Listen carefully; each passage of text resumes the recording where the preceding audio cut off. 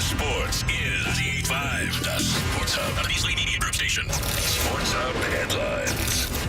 The Celtics finished off a very undermanned Miami Heat team last night by blowing them out at TD Garden 118-84 in a game that was over by the midway point of the second quarter. Jaylen Brown and Derek White both scored 25 points, and Jason Tatum added 16 to go with 12 rebounds. Yeah, that's a good team that we just played. Obviously well coached and a lot of history there, and we did our job. We took care of business. We played the way we were supposed to, and, we got it done. Celtics win that first-round playoff series in 5 games. They now await the winner of the Cleveland-Orlando series. The Cavaliers lead the Magic 3-2. If the Cavs win Game 6 tomorrow night, they come to TD Garden on Sunday. An Orlando win would mean the Celtics will play the winner of the Game 7 between those two teams on Tuesday night at TD Garden. The team also announced yesterday Kristaps Porzingis and his strained right calf will be reevaluated in 1 week. TNT added the Celtics are hoping to get him back in time for the Eastern Conference Finals should they make it that far. Also last night, Dallas beat the Clippers 123-93. Mavericks lead 3-2. The Bruins will be in Toronto tonight, now leading that first-round playoff series 3-2. Judd Surratt and Bob Beers have the pregame at 7:30 and the face-off at 8 on the New England Honda Dealers 98.5 The Sports Hub Bruins Radio Network. Jim Montgomery told the media yesterday that despite getting hurt at the end of Game 5, Brandon Carlo is okay and should play. In Edmonton, the Oilers finished off L.A. in 5 games by a score of 4-3. Dallas beat Las Vegas 3-2 to take a 3-2 series lead. And the Red Sox won their 4th in a row last night, 6-2 over San Francisco at Fenway Park. The two teams will wrap up their 3-game series today. Also, the Sox signed free agent Dominic Smith. He was 1 for 4 as the team's first baseman last night. Masataka Yoshida has been placed on the injured list, and the Sox have acquired infielder Zach Short from the Mets for cash considerations. Sports Hub headlines are brought to you by your New England Honda dealers. I'm John Wallach of Boston's Home for Sports, 98.5 The Sports Hub. Your next update at 6:30. Al Horford. This is Al Horford. Al Horford catching slam. Horford for 3. You're listening to the home of Boston Celtics basketball. 98.5 The Sports Hub. Now, more Toucher and Hardy on the Sports Hub. Fred, hello. Hello. Hello. Mm-hmm. Hello. Hello. Hello. Hello. He's naked. He has a sword.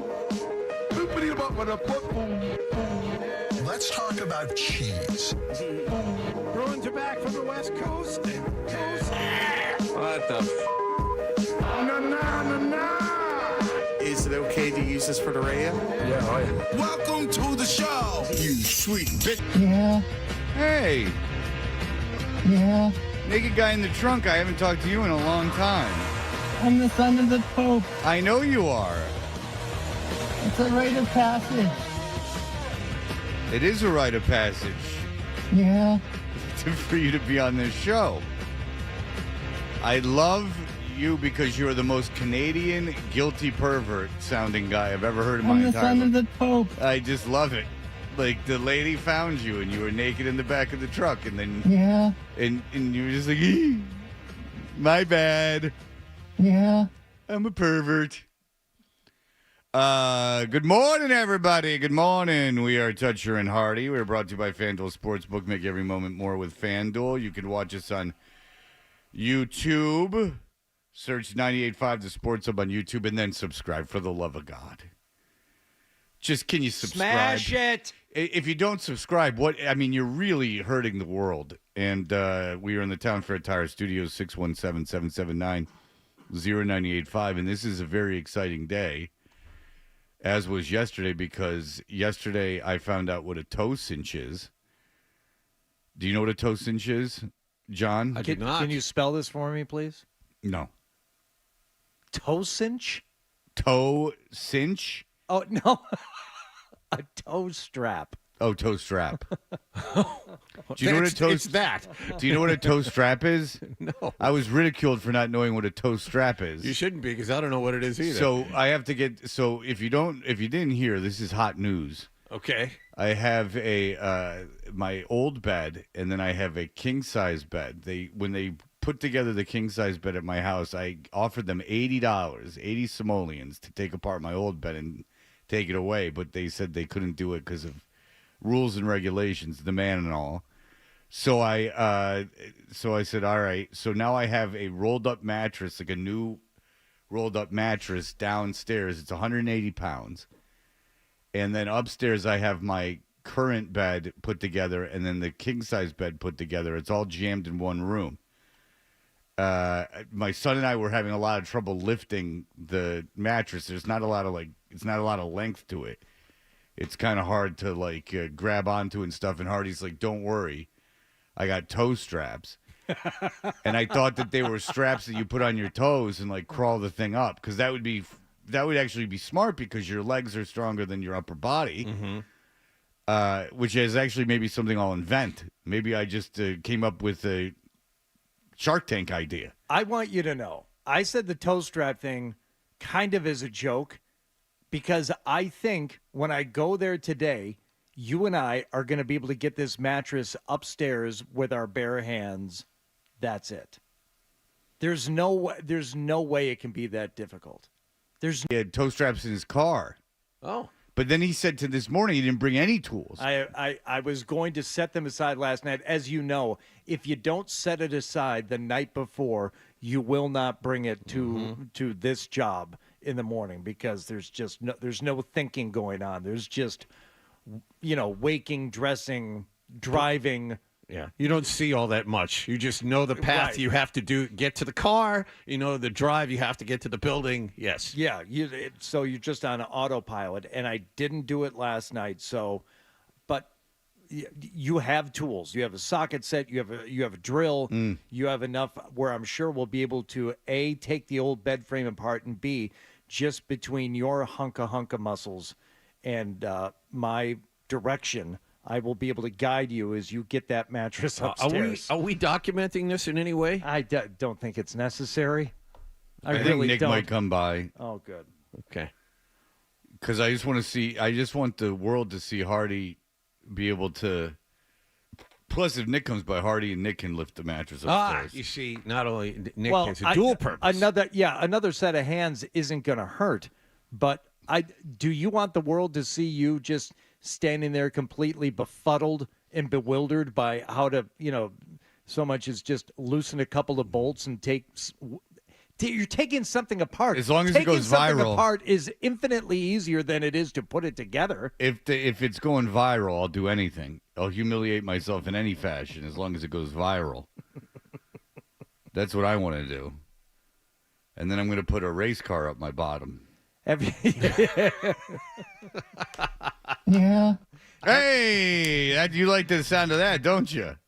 Have the race car up your bottom? Yeah, like a transformer. It's a rite of passage. It is. It's what you put a transformer up there and then you shake around and it comes out as the car. Yeah. Have you used your socket set on something? I have not. Okay. Do you know how to? What do you mean? That's a no. What do you mean? What do I mean? Have you ever used a socket wrench? Yes. Okay. I don't have a socket wrench though. I have a socket set. Dan. I have a drill. He said we went over this a little bit yesterday. He said he had a socket set, but he doesn't have a socket wrench, which would tell me that he doesn't have a socket set. You might have sockets. You have a socket. But you don't have the wrench? No. The socket. That's a socket that the socket I know what a to? socket wrench is. Okay. I don't have one. It's not in the set? Have you opened the set? I have. And there isn't a long-handled thing in there. It's missing. I'm aware of what a socket wrench is. Believe me, I'm a grease monkey. So what are the sockets going to do for you if you don't have the wrench? Can't you put it in the drill? No. I mean, unless you've got the right attachments for it. You need the right bit for the drill. And if you I'm guessing your $35 drill did not come with a socket bit. It came with a plastic thing full of drill bits. Yes, you could put in a flat nose, a flat head screwdriver. Right, bit various sizes of Phillips head. And yes, for screws, not for sockets. No, not even for screws. Not even for screws. It's like so I could drill holes. Oh, little drill bits. Okay. Drill bits. Yeah. I think that's what I said. Sorry. I think I said drill bits. I think now you're just dumbing it down unnecessarily. think I'm going to have to pay a visit to engineering because I did not bring anything with me, and we may need, at the very least, a socket wrench. Throw you into the briar patch. Do you think is that going to be a big hassle for you having to go down to engineering and pick up some down there toys? juggling sockets. Do you think Steve will know what a socket wrench is? I'm pretty sure he does. Is he Are here? you positive he does? Yeah. Is it open? He's an engineer. Is he? Is the door unlocked? I mean, Yeah. I mean, the man knows how to turn off and on a computer. There's no doubt about that. They're pretty handy, those engineers. Yes. All right. But this is like a good excuse for you to go down there and check out Why the do you have tools. the sockets if you don't have the socket wrench? I don't know. I bought a socket set on Amazon, and I guess it didn't come with a socket wrench. There's egg on my face. You as got far as I'm robbed. concerned. Why? Oh, It was look at these sockets. $5,000 socket set. They're all made of real gold. wow, that's impressive. I They bought have the diamond bits. bought the snap-on tool chest. I got the drawers. Oh yeah. Oh yeah, I got it. Don't worry. I got a socket set. It will blow your mind. There's probably 5,000 sockets in that thing. You need to stop saying you have a socket set. You don't. You have sockets. Fine, but it's a case of sockets. Okay. And that's a socket set, if you ask me. Is it a set without the wrench? I think that's the big question here. And he says it is. I don't He know. also says he's opened. I don't it. know if it's a set. I without have the opened wrench. it. Have you've used it? No, I told you I didn't use it. You're repeating things now just to, in an I'm effort just trying to make me look I'm- dumb. No, I'm trying to figure out how many tools I need to go borrow. I to just bring got with it me. from my old house because I had not brought it over, surprisingly, after I'd moved. And now, because I hadn't needed it. Yes, Jay. Most sets come with a wrench, just so you know. It's probably in there. You know But what? There's a if you chance want to it use is. your drill, if you want to use your drill, depending on what drill it is, you might need a specific bit for it, which if it's an impact drill, you probably need an impact bit, which will have a driver. There's different sizes, and the back end of the socket has a certain size, whether it's half inch, quarter inch, and you need that to use your impact drill. I got an which is very impact drill. handy. I got a baby driver. I got everything. There you go. That's what you want. You want that impact drill. And if you need anything, I can supply it for you. That's what I do. Thank you, Jay. I appreciate it. You are So, kind, put unlike me on- Hardy. Put me on speed dial. I got you. All right, very good. I'll put you on speed dial. Thank you, Jay. Hardy is not helpful. He's doing this to mock me. I'm not mocking you. I don't know that I fully believe you have just a bunch of sockets with no wrench. I mean, every socket set I've ever owned had a wrench in it. Nicholas, go down to my home and take a picture of the socket set. It's on my kitchen counter. No, I'm just kidding. Dave, go ahead. Hey, Fred, I wouldn't even worry about it. I mean, I have a service called We Build It. Anything you buy, anything you need, we'll come in and we'll build it for you for a price. Hey. Well, that's what I could have used this a couple days ago before I got this hound dog on the scent. Before I got Hardy on the scent. Now I can't get him off of it. He doesn't need anything built. He needs something unbuilt. What's your rate for unbuilding a bed frame? I was confident I could have done it. Maybe it's good that I did an attempt since I didn't know I needed a drill bit for the drill. I thought that the socket would just go in the drill. I thought it was malleable. Mm-hmm. Like I thought that the So it made a putty? No, that you could screw it and that the hole in it would become greater or smaller regardless, like the way that you turned it. And so, like, you could put the socket, the bottom part of the socket in, tighten up the thing, and then it would be, like, in there. That's what I thought. Do you know what he's saying, Dan? I was trying to follow along, but you lost me on the putting it in there and then tightening it up. You need something to tighten it with. If you put that socket... Hang on. Okay. So you have a socket. Yep. You have a drill. The drill's got a hole in it. Gotcha. Oh, You I take the see. socket, Okay. you put it in the drill, and you tighten the drill, the actual plastic on the drill. The chuck on the... Yes. Yeah, the chuck, man. That's what I didn't want to go over your The head. chuck is not going to open. It's not going to open up wide enough. Yeah, to but that's hold a what socket. that's what they said when breech babies, and that's not true. Mm-hmm. You'll be surprised what the human body can do. You might have to sew some things up. You're going to need a bit. The bit goes in there, and then the right bit might. Yeah, the right bit would hold a socket. So on the it's a end of it. bit that is made for a drill that has an opening that you would put. So bit goes in the drill. Here comes Steve. Socket goes into the thing. There you go. Steve's here.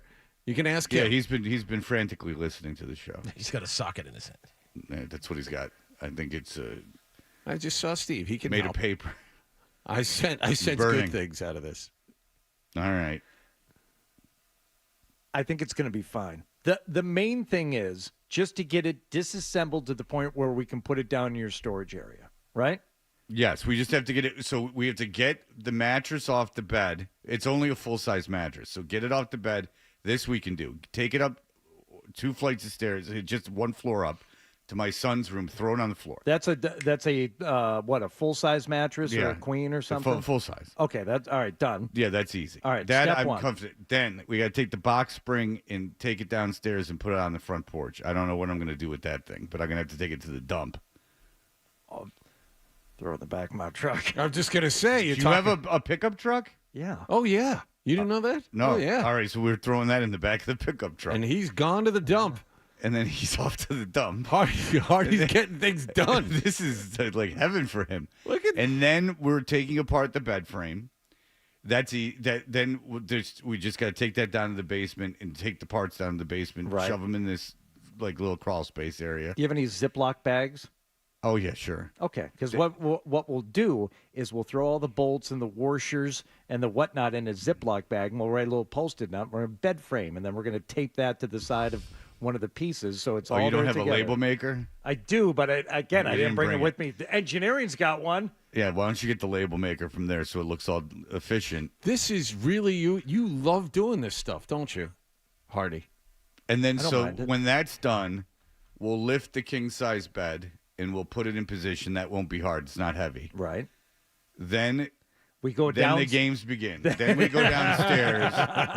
We grab the king size mattress, which is folded up and very heavy and awkward. I'm just telling you, it is. It's. You say 180 pounds, 90 pounds a piece. I'm telling you, it's like you could probably lift like farmers carry, probably 2 90-pound dumbbells if you had to. This thing is like difficult. Is it rolled up, Fred? Yes, It is yes, rolled. yeah, Okay, yeah. So it's not folded. It's rolled. It's rolled. It sucks. It's not easy. And then How many flights of stairs? Well, 2. It's on the second floor. So 1 flight, 2 flights. Oh, so there's a turn. Yeah. On the landing, and then we go up again. Yeah. Oh, there's a landing. And then we get up there, and then we put the mattress rolled up onto the bed frame. Yeah. Cut 1 layer of the wrapping, 2 layers of the wrapping. Then it will be folded up. And then stand back, baby. And then we cut that. Then we put it on the bed. Stand back. Then we flatten it on the bed with the wrapping still on it. Then we cut the wrapping. Oh yeah, that's husky. Yeah, it's nice. We got a socket set now. We're good. Oh, there you now go. We're cooking with Crisco. And that mattress is gonna pop open like a can of Pillsbury Crescent rolls. And then it said, like Nicholas, if you touch the seam of his blue jeans with just a barely sharpened pencil, boom, just flesh pops out of that seam. All right. Now this is on the point. Brian, go ahead. Freddie T, how we doing, man? I'm good. I had a question for you. A couple months ago, you were talking about testicles, and you said that if your testicles are bigger than golf balls, that you have a problem. You should get them checked. Yeah. And I'm going to say that mine are like the size of jumbo eggs, and I'm a perfectly healthy 49-year-old man. Well, if you're healthy, I mean, and then you've just been given a gift of elephantitis. I would really say elephantitis. I think they look kind of, in proportion to my body. What are you, a husky boy? No, I'm like, I don't know, 5'10", about $185. Everything down there is in pretty decent proportions. Ooh, what you're saying is that you are a man of many gifts. Well, congratulations on your testicle size. Jack, go ahead. Hey, Fred, just going back to the balls, did your wife get yours in the divorce? You're referring to my lack of knowledge of tools? Anything a man can do, you can. How dare you? I can make a foofy. I can make a fifi. Thank you, Jack. I appreciate it. I am not very handy. That for sure. No, I don't like doing it. I don't have the personality for it. I don't like having to focus. I don't think you have the interest in Yeah, it, yeah. which is fine. I mean, it's not anything that interests I you. don't like projects. I love a project. They take too I don't long. like them. Like I don't like putting together puzzles. I never liked Legos as a kid. My kids didn't like Legos. Like I don't like projects. Yeah, I mean, puzzles to me are I don't get into Too those either hard. because what's the point? I like a practical purpose to a project, and I've done some of that stuff with the kids, and I do like building things with the kids if it's like for a school project. But it's like, what is this? Just to pass the time? No, I have actual projects that I can be doing that will not only pass the time, but will result in something that is going to benefit our lives. It could be something as simple as cleaning the garage or, putting some shelves in the shed or something, anything. Now, that's a project that's got something at the end of it other than now let's just take it apart and put it back in the box, which is, to me, stupid. B Real says it's a long way. This actually, Dan brought this up a couple days ago off air. This is a long way from the days Adolfo had to lug his mattress from his apartment to the dumpster at BCN in Brighton. Oh my God! I thought B Real was gonna pass out. He was laughing so hard. That was one of the greatest things. one of the greatest videos. Adolfo trying to get pure. that mattress. When again, we're going too long. But when Adolfo first moved here, it was like Encino Man. Like it was unfreezing a Cro-Magnon man. And like this, he was like a newly born adult. Like he had no idea how to do anything. It was so fascinating. And I love Adolfo. But boy, oh man, he walked around that dumpster for an hour trying to figure out how to get it in there. Didn't ask for help from anyone, didn't do anything. He just walked around like going, huh. And then we just sped it up and played like the Benny Hill music and just an hour of him like just pacing back and forth and getting nothing done. This is a real puzzle. Sat down a few times, took a break. Yeah. Oh, there's a lot of sitting and looking. You've thrown stuff away in a dumpster before, though. I mean, like I've done it a million. I threw a dead cat in a dumpster before. Yeah, I had a cat that I was at work, and someone called me and they said your cat got hit by a car. Oh. And they're like, we have it wrapped in a blanket on our doorstep. So I went and got it on the doorstep, and I'm like, what am I gonna do? And I had a dumpster in back of my condo complex, so I just threw it in the dumpster. I didn't know what to do. I've had people yell at me about that before. I'm like, what did you want me to do with the body? Bury it. Where? I lived in a condo. Where was I going to bury the body? You find a place. So just public land and to bury the cat? Yeah, drive it out to the suburbs. How many shovels did you own at the time? I didn't have anywhere to put a shovel. Here we go. I don't have a shovel now. Now I have a manual you lawnmower. have a shovel, No. much less the correct shovel to use for a cat burial? I don't. I don't have much of a yard. Oh, boy. I have one of those non-plug-in lawnmowers with like the wheel. And, did Adam 12 like that? I had one of those when I was a kid. Yep. Yeah, Adam 12 loves it. He's like, yeah, that won't use. Wait until you see my yard and the condition it's in. Oh, boy. You're not going to like that.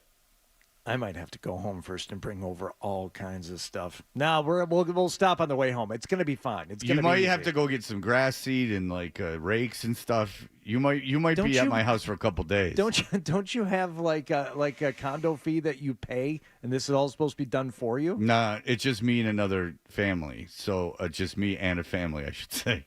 So no, it's a condo association of the two of us, but there's not like we don't really do anything. You haven't hired a landscaper? They have a landscaper, but they have the front unit, which has the lawn. Like I have the back unit, which has like doesn't get a lot of sun, and there's really, I mean, who's gonna see it? I need some sun and shade seed. Yeah. Probably gonna. Is there a Home Depot on the way home? Need some. There's one in West Roxbury if he wants to go buy it. Right on the VFW Parkway, yeah.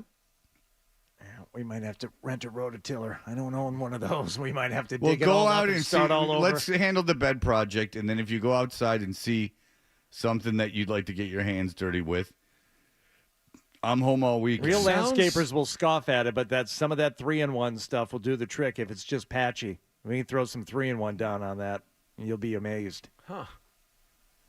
So if you want to, It's a fertilizer mulch seed mix, Fred. we can go half and half on the expenses, and then you can. Oh, I was just getting ready to drop the bomb on you. How much that's that? When's the last time you bought a bag of fertilizer?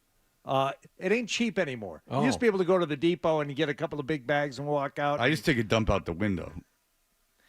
All right. Well, we got a socket set. Yeah. Are you excited? Yeah, I am. All right. It's gonna be fun. Yeah. It's going to be good. Watching you on my phone. All right. We'll be back. What a game last night, but it was Gorman's last game, so we will talk about that.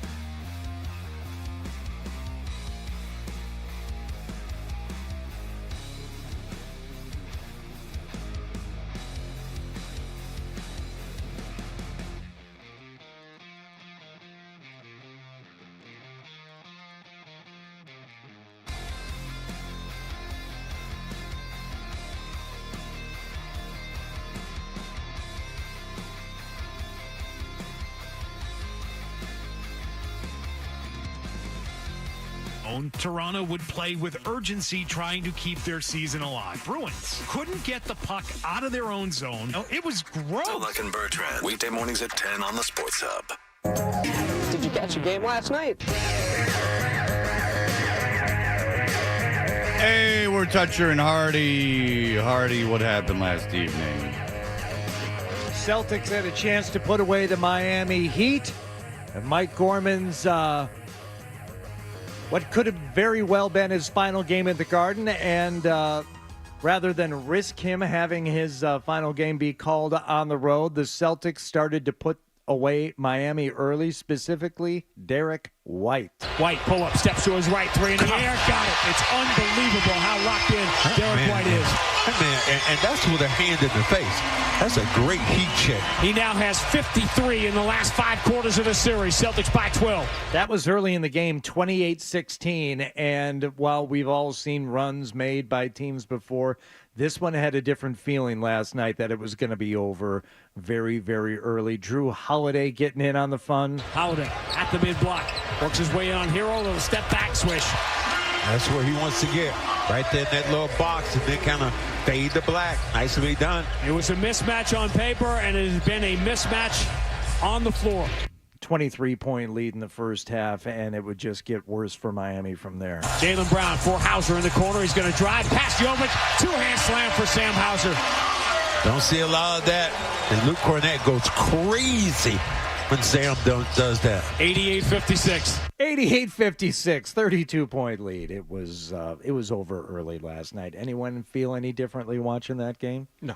No. Now, usually, Hardy, you said it right. Usually there's a run. Yes. Usually there's a run where it gets to 11, 12, and you're like, oh, it's a little uncomfortable. Not last night. No, that game was over midway through the second quarter, and there was no hope. It was every Celtics fan's dream. There was no run. There was no nothing. Just domination. It was good because Gorman didn't have to worry about sneaking in his goodbye. Like there was right.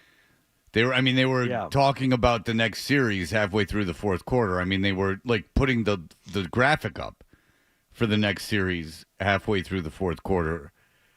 I think I remember there was 8 minutes left in the fourth quarter, and they were putting graphics up about when game one would be Sunday or Monday, I guess. Tuesday. Sunday or Tuesday. Depends on what happens tomorrow night. Right. So Sunday or Tuesday. So they were, it was done. It was over. There was nothing more to be said about it. And so it gave Gorman a good chance. I think he was pretty emotional at the end of the game.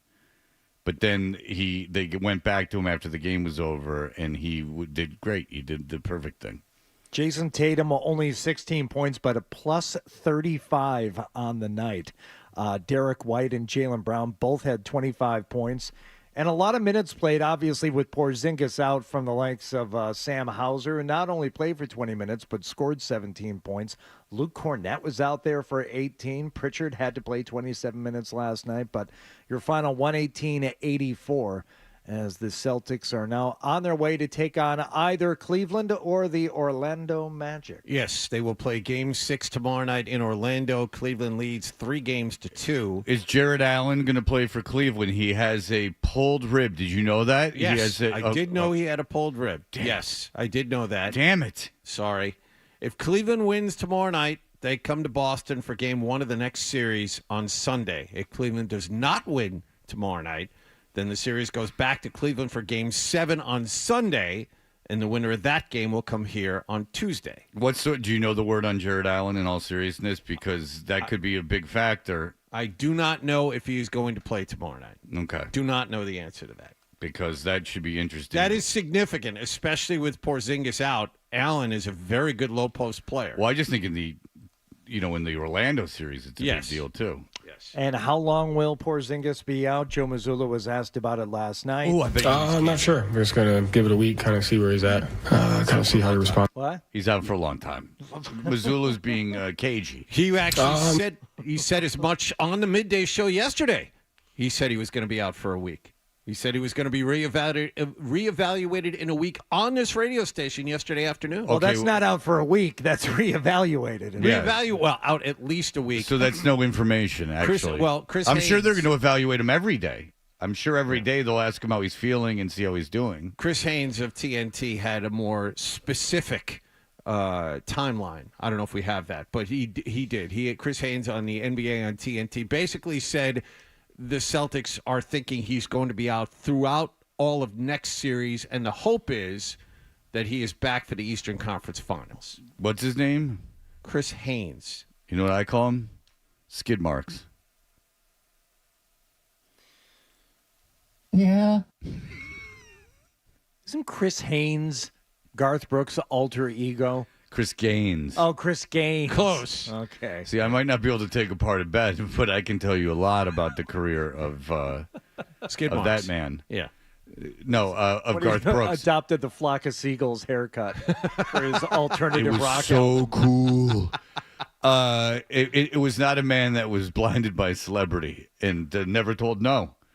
Right. The thing about him is that I was in Nashville one time, and a woman that used to be a salesperson at my station in Atlanta was married to a country music writer. Now, what's interesting, John, because Hardy will know this, is that in Nashville there are contracted songwriters. You are given a salary, benefits. You work for a publishing house, and you literally just write songs with people. Like if you've ever seen. I got news for you. Jelly Roll don't write his songs. Oh, really? So you'll go and you'll sit in a room. You sit in a room for like 8 hours, like you clock it in and out, and you write songs with Jelly Roll. Cool. So I don't know if this guy wrote with Jelly Roll, but there was 10 guys at this, like we were having drinks, and one of the guys had sold Low Places. Whoa. To he was down on his luck, and he sold Low Places to what's his face, Garth, at a bar for like $500. Oh.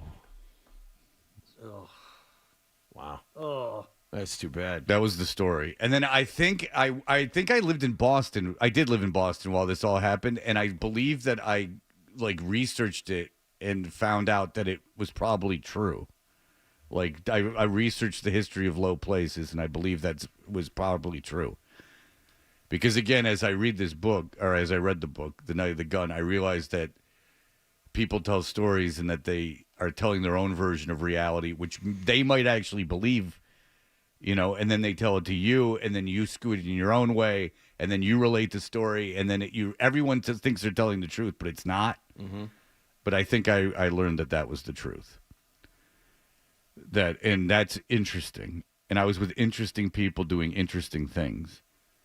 Unlike Hardy over here, who just spends his life taking apart things and putting things back together like some OCD freak. Hardy's life is drill I bits. don't take apart perfectly good things. Like a meth just head. to figure out how they work. He starts twitching when the drill gets taken out of his hand. Yeah, he's taking apart computers and.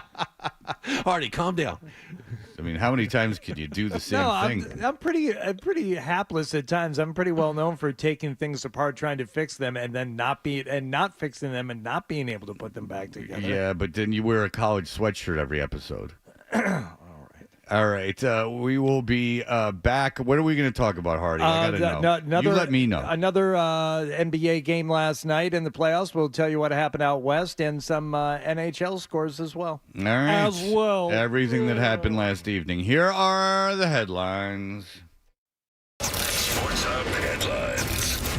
The Celtics went out and ran right through an undermanned Miami Heat team. 118-84. Celtics win that playoff series in 5. They now await the winner of the Cleveland-Orlando series. The Cavaliers lead the Magic 3-2. Game 6 is in Orlando tomorrow night. Also, the Celtics have announced Kristaps Porzingis and his strained right calf will be reevaluated in 1 week.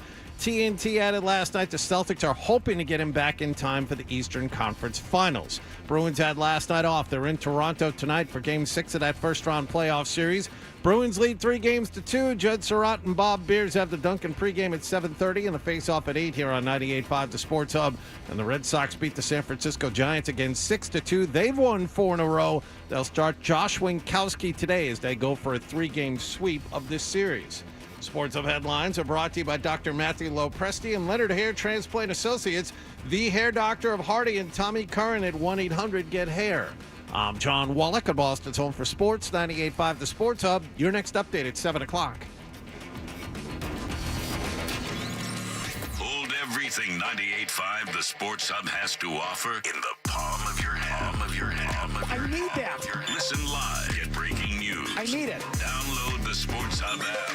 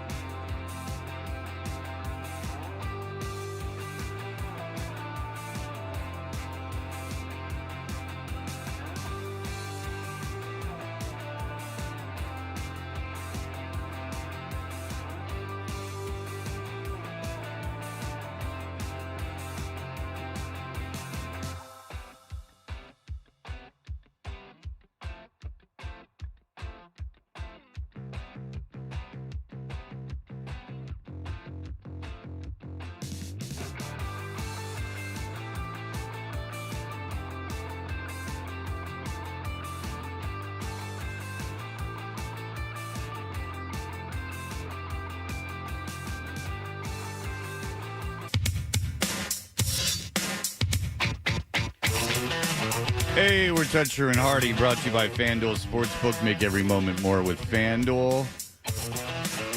All right, what else happened, Hardy? The Mavericks were in L.A. to play the Clippers last night. That series was tied at 2 games each. L.A. on their home court, getting it done. Oh, no, wait. They got blew out. Here's Luka against Tucker. Luka to his right against Zubac. Measuring him behind his back. Top of the arc, 8 to shoot. Over Zubac for 3, down.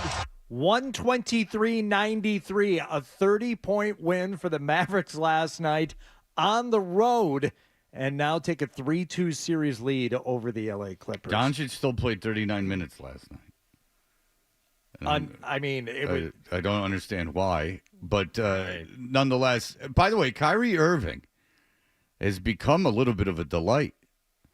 I can't stand him. But he's fantastic to watch. No, but he's become like kind of more normal. I'm letting you know. He talked after the game and he was like kind of more normal. I'm sorry. I can't root for either one of these teams. I can't root for either one of these teams. I root for both of them. I hate both of them. Kyrie. I hate James Harden. You know, maybe an asteroid can take both teams out. You want him to die? I can't stand either one of these teams. Well, if you want to know, James Harden was 2 for 12 from the field. Good. 1 for 7 from 3. So he had it going last night. And by the way, Kawhi Leonard's not coming back. I guess his knee's swollen and they can't figure out why. What a shock! He's injured, but and can't play. But it's kind of got to be annoying because they can't figure out why. But it's physically swelling, and I guess they can't figure out why that's happening. At least the Clippers didn't give up all their draft picks to give him exactly what he wanted. Well, Steve Ballmer seems like he's got it together. Oh, he's only opening a new building next year. It's going to have the best bathrooms in all of Los Angeles. Developers.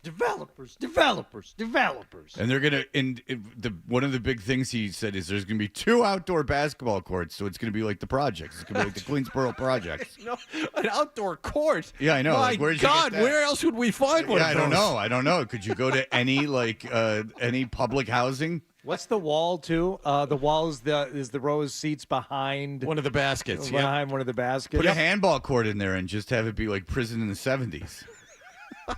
Or you could have a cornhole and you could make it like detox. Big game in detox. No one played it. No, but because I would have. Because in detox, when you went outside, first of all, it was in between 2 buildings. There was you couldn't see anything but buildings, and then you were out there with like the people from the other side. So like one time, this like real heavy lady like stood up and her pants just fell down and she had no underwear on. And she wasn't picking them up. So someone had to go and pick up her pants for you. See, it wasn't that fun being out there. She couldn't pick up her own pants. She had no. I'm sure she could have. She was so obese. No. Bend over. It wasn't a physical thing. It was a want. She had no want to pick up her pants. All right. I thought what I'm saying is that she was in no great shape. I see. She was fairly out of things. Okay. It's a little disconcerting. You know, I ended up watching probably for an hour a couple of weekends ago the championships for the ACL, the American Cornhole League. That is oddly satisfying, watching those guys and the way they play, because we've all played cornhole, right? Mm-hmm. It really is like chess. They will sometimes, on their initial throw, not try and, get one in the hole. They will set something up as like a blocker, depending on where the other guy is throwing from, knowing that they can always shove that bag in later, but also knowing it will block him from being able to do certain things later on during that turn. Unbelievable. Rollers, floaters, airmail, everything. Next time it's on, Wally, you're looking at me. I can see you looking at me. Watch the ACL like a championship level. No, I have no interest in that. Does everyone have a cornhole set in their garage that they've never played? Yes. I made mine. Well, yeah, you did. Yeah. That's why you're going to be at Fred Toucher's house later. Did you get a table saw? Did you use your table saw? That's what is that why I bought the? No, I bought the table saw when I was making a mantle. But I used it for the cornhole, but I bought a jigsaw. I bought a jigsaw when I was I need a chop saw, Dan. I really do. But I bought the jigsaw to do When the you circular hole. Where was the mantle for your living room? It was in the old house, and my wife wanted a rustic mantle. She wanted it like reclaimed wood, just like, a block of, Amish barn farm wood or something. And there's a lumberyard in Cambridge that I looked at, and they sold like big blocks of like 200-year-old wood. This is from a sea shack up in Gloucester. How much? $400. I'm like, no way in hell. So I went on YouTube, how to make a rustic looking mantle. And it's like a restoration hardware piece. Well, yeah. So you get your like 2x6s or whatever, and you put it together, and you make it so it looks like a block of wood when you're done with it. But then the fun part is distressing the wood, and you like beat it with a chain, and you take hammers and nails. I have two to questions. What did you tell the people that bought your home about the mantle? Thank you for the outrageous sum of money you gave us because of that mantle. No, what did you tell them about the mantle? I didn't tell him anything. You don't talk to the people who buy your house. Dan, how did he list when he listed the house? What did he say about the reclaimed mantle? wood from a sea shack in Gloucester. He lied. Yep. He made it was really fraud. And then it's a piece of plastic. It was and then composite. When what? It was a condo in Rossi. They're fine. No, but you lied. And then when you made it, how did you like show it to your wife? Did you like have a big grin, or did you play cool? I'm gonna show you a picture of both. Oh God, please do. The cornhole boards and the mantle. I would and you love know what? to see it. I can already see the look on your face right now. You're gonna go, actually, that's pretty nice. I wouldn't tease the guy who's going to come over and help you today. I would just leave him alone and let him do what I he would wants. feel bad about him coming over to help, but it's entirely like he wants to do it. Like I didn't say he should do it. Just like put it on the plate on my car. He like really wanted to do it. Yeah, it's a nice block of wood that you distressed. It's not a block of wood. It's all phony, but I made it look like a block of wood and hung it right there on the wall. Is it made of like styrofoam? I mean, how did you? No, it's actual wood, but that's like one piece, and then you cut 45-degree angles, so you marry the pieces together, and then you seal them up, and you sand it down, and then you seal it again, and you sand it again, and then you stain it, and then you sand the stain off, and then you put a different color stain to get it down into the grooves. It's a whole thing, Fred. And when you brought it upstairs to give it to your wife, were you like, did you like smile, or did you wait for her to be excited by it? Like, how did you do it? Did you go like, look what I did? Is Marcy on board with all of this, or does she tolerate it? The things that I have made and saved us money on over the years, she loves it. She saw a table at what is it, West Elm? The That's place where I got my bed. Oh, I love West Elm. Okay, so there was a table in there that was like $1,000, and it was essentially like piece of art, 4 metal posts and a wood block on top. I'm like, I can make that. And I went to Lowe's and I bought aluminum tubing with the things they used to put together promo tents, for a radio station remote. Mm-hmm. I'm like, give me some of those, right? And bought like 4 lengths of it and pieced it together and got a chopping block. Like a 4 by butcher's block. A 4 foot, Yeah, like a butcher's block, like 2 feet by 4 feet. A lot of detail. Put it on top and made that thing for $140 and made it, and it's in our home today. What he's not telling you about is when his kid wanted the Gordon Gartrell shirt. Right. And he's like, I'm not paying $200 for a Gordon Gartrell shirt. And the sleeves were different lengths. Yeah, and he's like, I'll make it. And then he can't sew. No. All right, we'll be back. Kendra Middleton is here. Oh, there were a couple of hockey games last night. Can she too. sew? Can Kendra Middleton sew? Maybe she can. I'm do it. sure. Yeah. Oh, I would hope. She's a woman. Do you want to see the cornhole board pictures during the commercials here, Fred? Do you want me to show them to you then, or you want to see them now? No, we got a break, so I hate to do it. Maybe we could just keep YouTube on, and you could just show it to the people on YouTube too, because I want them to get something for sitting there watching us. All right, we'll be right back. More Toucher and Hardy on the way on the Sports Hub.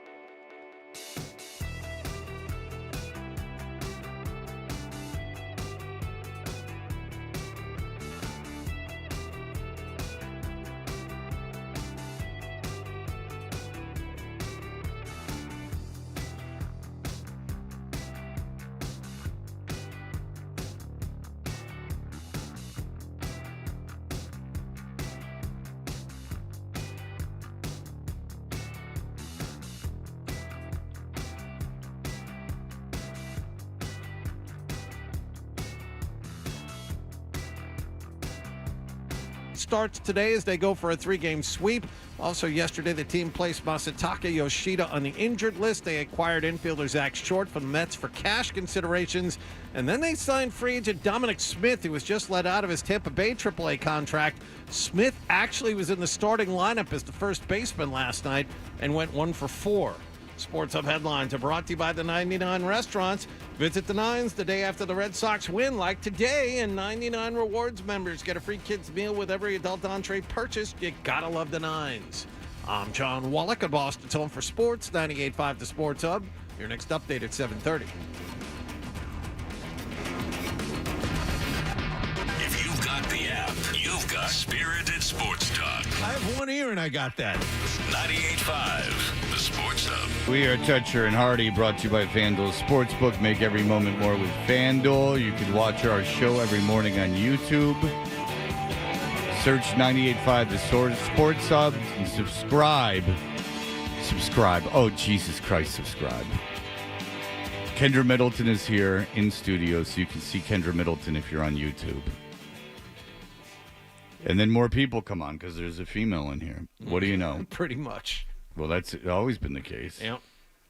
Kendra is brought to you by DraftKings Sportsbook. Hi, Kendra. Hi.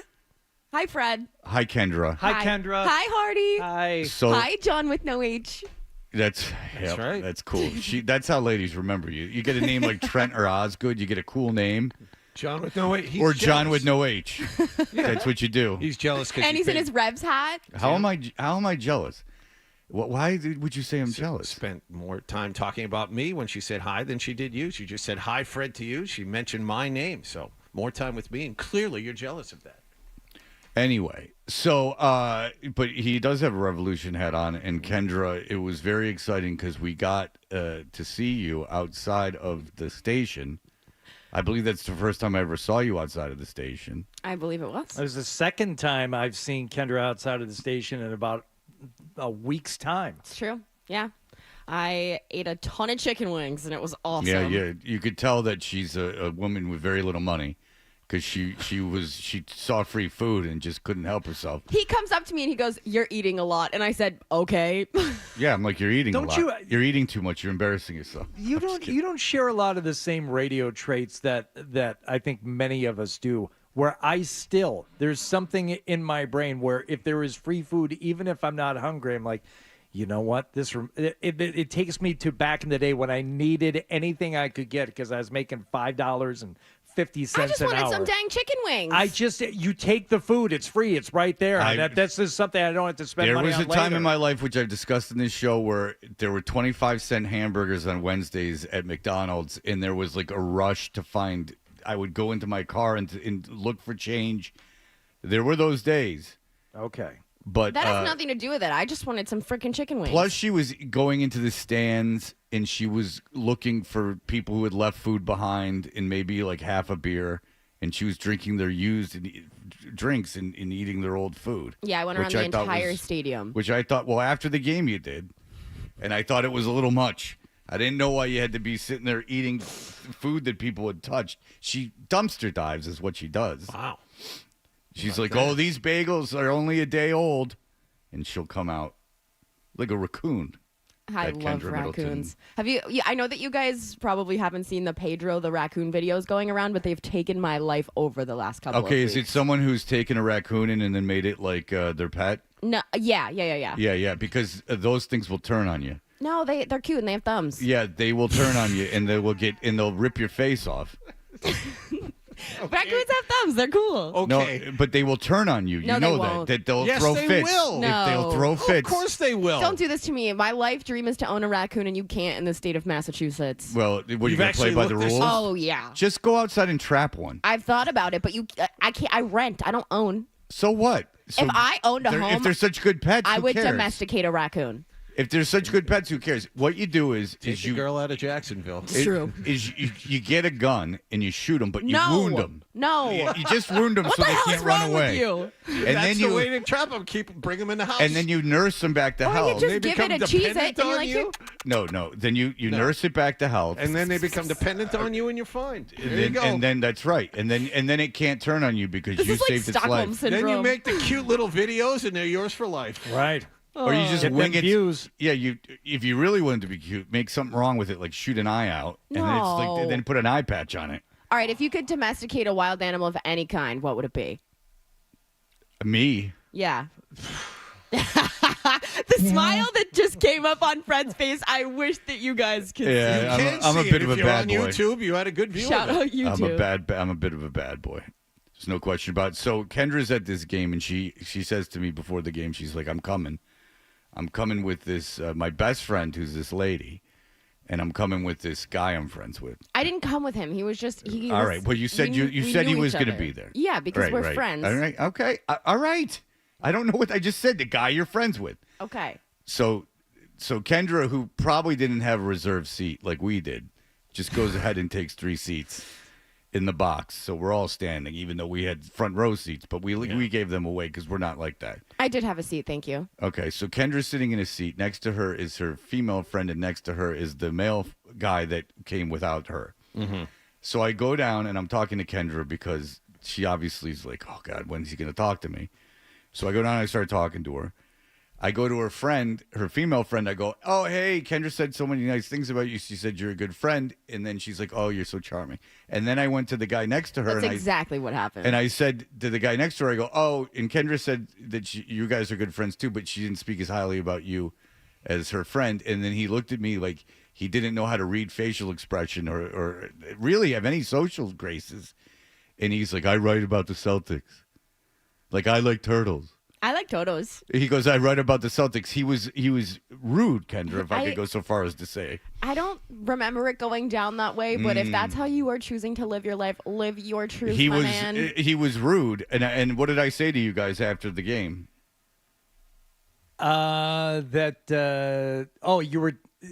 You were kind of obsessing over the fact that you handled the situation the right way, and that you were complimentary of one person, but not so much of the other, and that I don't know. Hardy Irish goodbye. You two at least said bye to me. Hardy just blew me off. What are you gonna walk around and say goodbye to everyone? I did. I walked around to everyone and said Yeah. goodbye. You know what I do to my friends, Hardy? I say goodbye. It's a polite thing to do. Yeah. Irish goodbyes are the way to go. You are an Irish goodbye kind of guy. You give that energy. He gets it from Dan O'Brien, who invented the I move. think you It's have very to. good. I think you have to say goodbye to the main host of whatever gathering you're at, and everyone else is optional. Optional. Okay. If you're friendly with those people, however, you might walk over and say, hey, good to see you. Yeah, because I was never going to see Kendra again. Here she is. Yeah. 4 days. I'm not later. going to see you 3 days later. Yes. Why do I have to go over and say goodbye? Fred, I was listening to you guys this morning, and I had a question for you. I was listening to you talk about, carrying heavy things and training and whatever. Are you still running the Detroit Marathon? Dan Alperin's sister is here. Yeah, Dan Alperin So is. that's a no. That's what Dan Alperin asks every time he sees me. I don't know. It's in October. I would have to make that. I would have to make that. Well, I don't have to start training now. Well, last time that I asked you about it, which was probably in February, you said you were already training. No, I didn't. Yes, you did. You said you'd started running. Oh no, I had started running, but then I stopped running. So I would have to start running again. It's only 5 months away. You got time.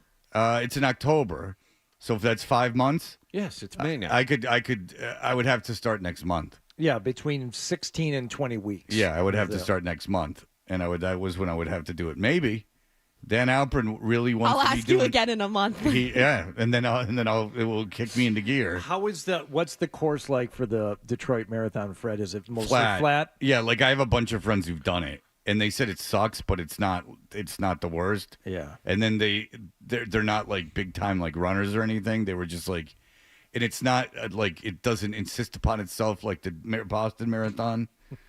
I don't have to go out there with every douchebag that runs the Boston Marathon and then keeps the jacket on for 17 years afterwards. Your buddy from the Revs box of mine, marathon guy. Oh, yeah, the rude guy? Mm-hmm. Yeah, that's right. A solo activity that's punishing and self-flagellating. I would imagine that's exactly what he's into. Celtics. I wrote about the Celtics. Yeah. That's not how I remember it going. He writes about him in the sand. with that? He writes about him in his journal. Oh, nice. Big Celtics writer. We have 15 Celtics writers on. I've never heard of the guy in my life. What is a rude guy? I'll tell you who he writes for when we're not on the air because I don't want to out him rudely. Okay. Okay. I didn't meet him. Does he own the company? No. Okay. Is it is it an Etch-a-Sketch? That's right. Does he shake his tablet and start over No, again? it's skywriting. That's what I've said. Does he write in the sand and then watches? Is it an art As project? the tide comes in and wipes it out. Yeah, is it an art project that nothing's permanent? He's in a Cessna above the garden before big closeout games. Well, that would have that would take a pilot's license. Just his win up in the sky. Hey, all right. Yeah, he writes in Sanskrit for that community. All right. Kendra Middleton is here. There's a big F1 race in Miami that you can gamble on. Do you know anything about the Kentucky Derby? I don't know a ton about the Kentucky Derby, but I wanted to ask you guys how you did with the draft. Okay, I will tell you. I did very well. I did very, very well with the draft. You did well with the draft. I did so well with the draft. If you take Kendra Middleton's advice for the draft. All right, so we will talk to Kendra about everything that's coming up in just a moment. You're listening to Toucher and Hood.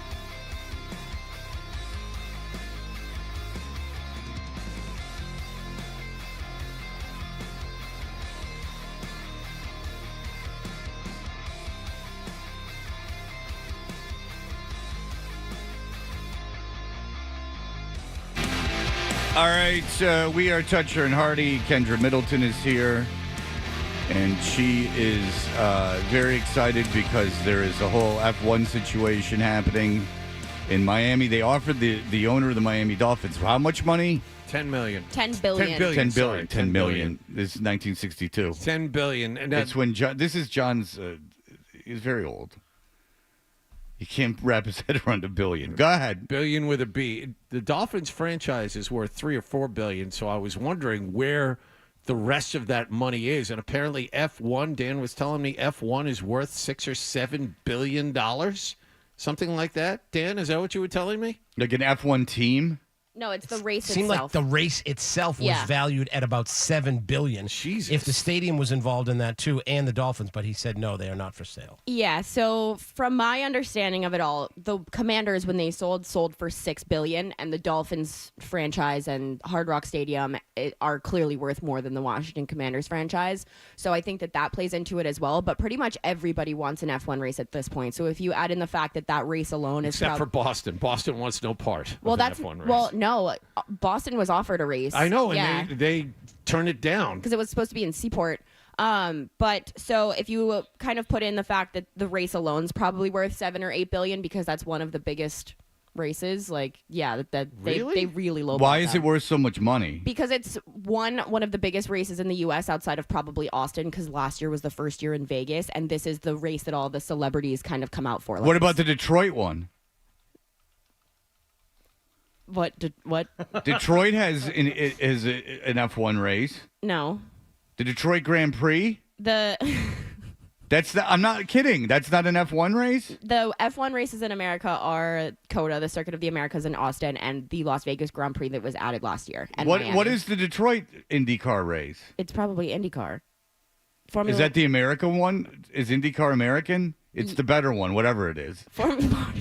Anyways. Is it the MLS? Is the IndyCar the MLS of Indy racing?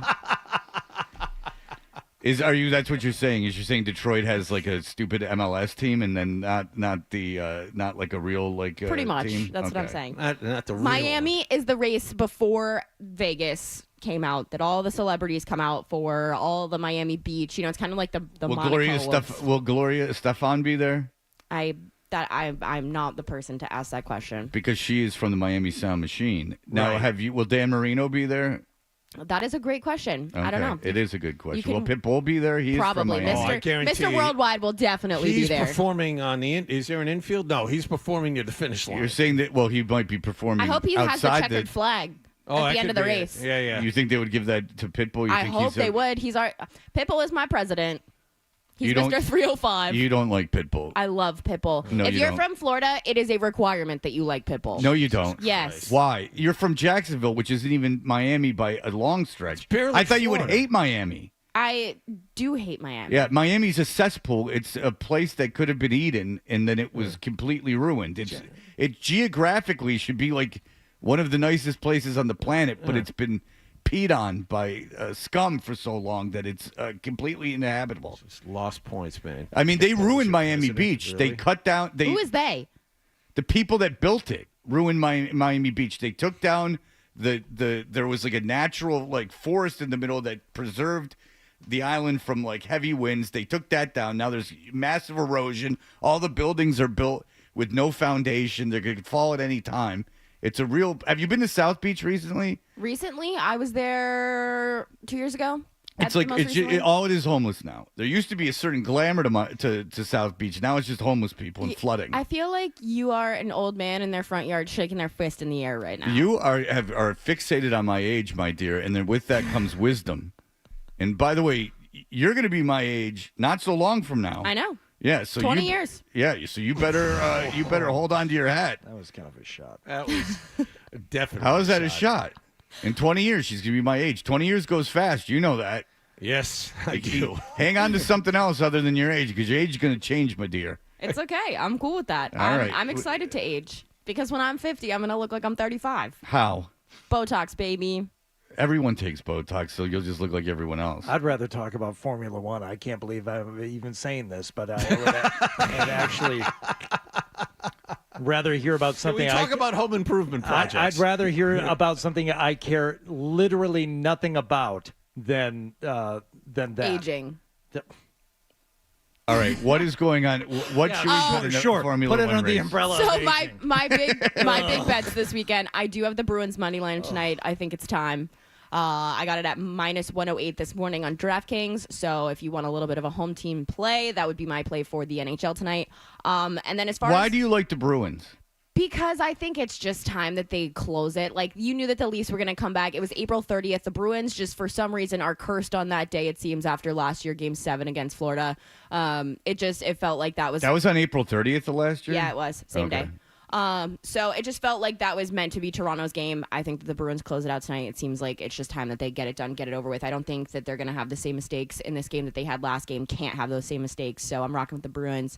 Okay, I agree. It'd be nice if they won tonight. I hope you're right. But you do agree if they lose tonight, there's no way they win Game 7. Correct. I agree with that. 1,000%. And like the intangible stuff about Toronto, Jaffe talked about it yesterday.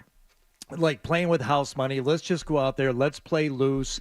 You know, they're saying that, you know, we can't win. We don't have this, and they went out there and they did everything they needed to do to win that game. And as Billy pointed out, it was a close game. As bad as the Bruins played, they could have still won that game. Now, I think Toronto feels, wait, now we're going home. Now we've made this a series.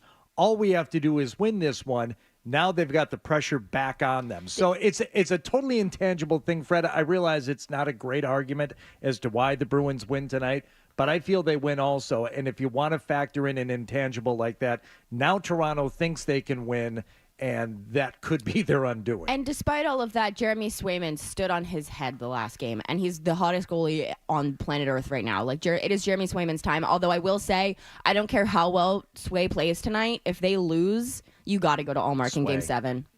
Well, that's the problem, is that if they play Swayman tonight and don't play Allmark, then I don't know if you can play Allmark in Game 7 because there's been too much rest. So, like, you'd almost have to play Allmark tonight. I don't hope think you win. No.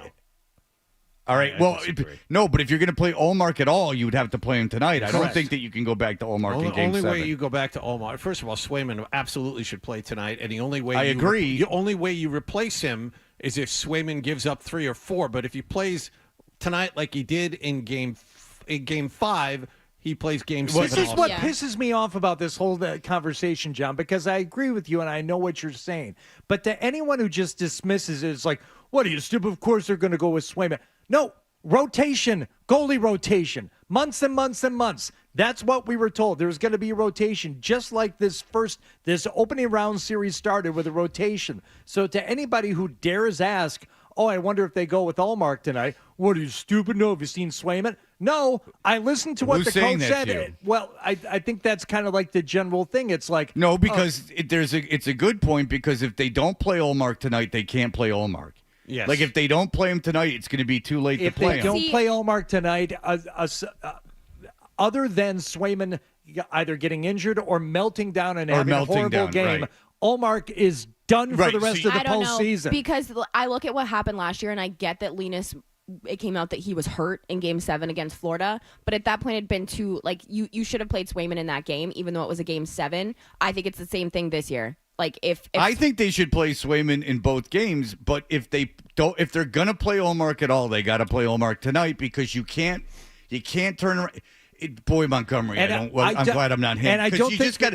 And what would have been smart is if they were just like, it's going to be Swayman, like just it's Swayman. I'm taking the Swayman for the rest of the series, and then it just takes it off the plate. Right. Then it's off the plate. I don't know what advantage you have going into a game. I don't know like how much it's going to change your philosophy going up against which goaltender you go up against. I don't know if it changes your philosophy at all. Well, I think it does, because it's kind of been the talking point of everything is that Jeremy Swayman has owned the Toronto Maple Leafs all season. No, I understand that, but that's another psychological thing. I'm talking about the team. Your team, the Bruins, know who's going to be in goal. I'm talking about announcing it publicly. You could just get it off your plate now and just go, Swayman's the goalie for the rest of the series. The secrecy is stupid, in my opinion. I agree, well, and that's because you could just get the guesswork over with and just go, this is the way it's going to be. But maybe it's not a secret among the team. I don't think it's a secret among the team. I don't think it can be. No, I don't think it is. But I mean, obviously, it's not a secret among the team. But I'm just talking about just publicly. You could announce like, look, Swayman's going to be the goalie unless he gets hurt or something terrible happens. Yeah, you could remove the conversation, but then I would remove the conversation. Then they have to admit that this whole goalie rotation thing was nonsense, and it lasted all of 3 games. You win this round, it doesn't matter. You win this round, it doesn't matter. But the thing that the goalie rotation brought up is that this talking point. Because then if they lose Game 6, then they're screwed because they can't play Allmark in Game 7. And then if they lose Game 7, it's the exact same thing as last year. And they're struggling at home as of late. That's the other thing. Well, 1-5 in the last 6 home playoff games. They, he made changes for no reason and changes that hurt him. Not a ton, overrated, but getting Beecher out there in the way that they struggled with faceoffs was a factor in that game. There's no question about it. I mean, they were outplayed in every way, so it's very frustrating. I like that you think they're going to win. Hardy thinks they're going to win just because. Yeah, I'm not a Bruins homer, but I really I don't think you're a Bruins homer. I like that you think they're going to win. I'm a Bruins homer. I know. But I don't like the way this team falls apart in the playoffs often. Often. They do it often and a lot since I've lived here. Since 2006, they've fallen apart in the playoffs quite a bit. You don't sound upset about it at all. Listen, it's the team I've adopted, and I would like to talk about them. It's the team I care the most about in town. I would like to. As an outsider, if I had to pick a Boston team, it would be the Bruins for sure. And I would like to talk about them for a few more weeks. That would be nice. It's certainly through this series. This is a series they should have won.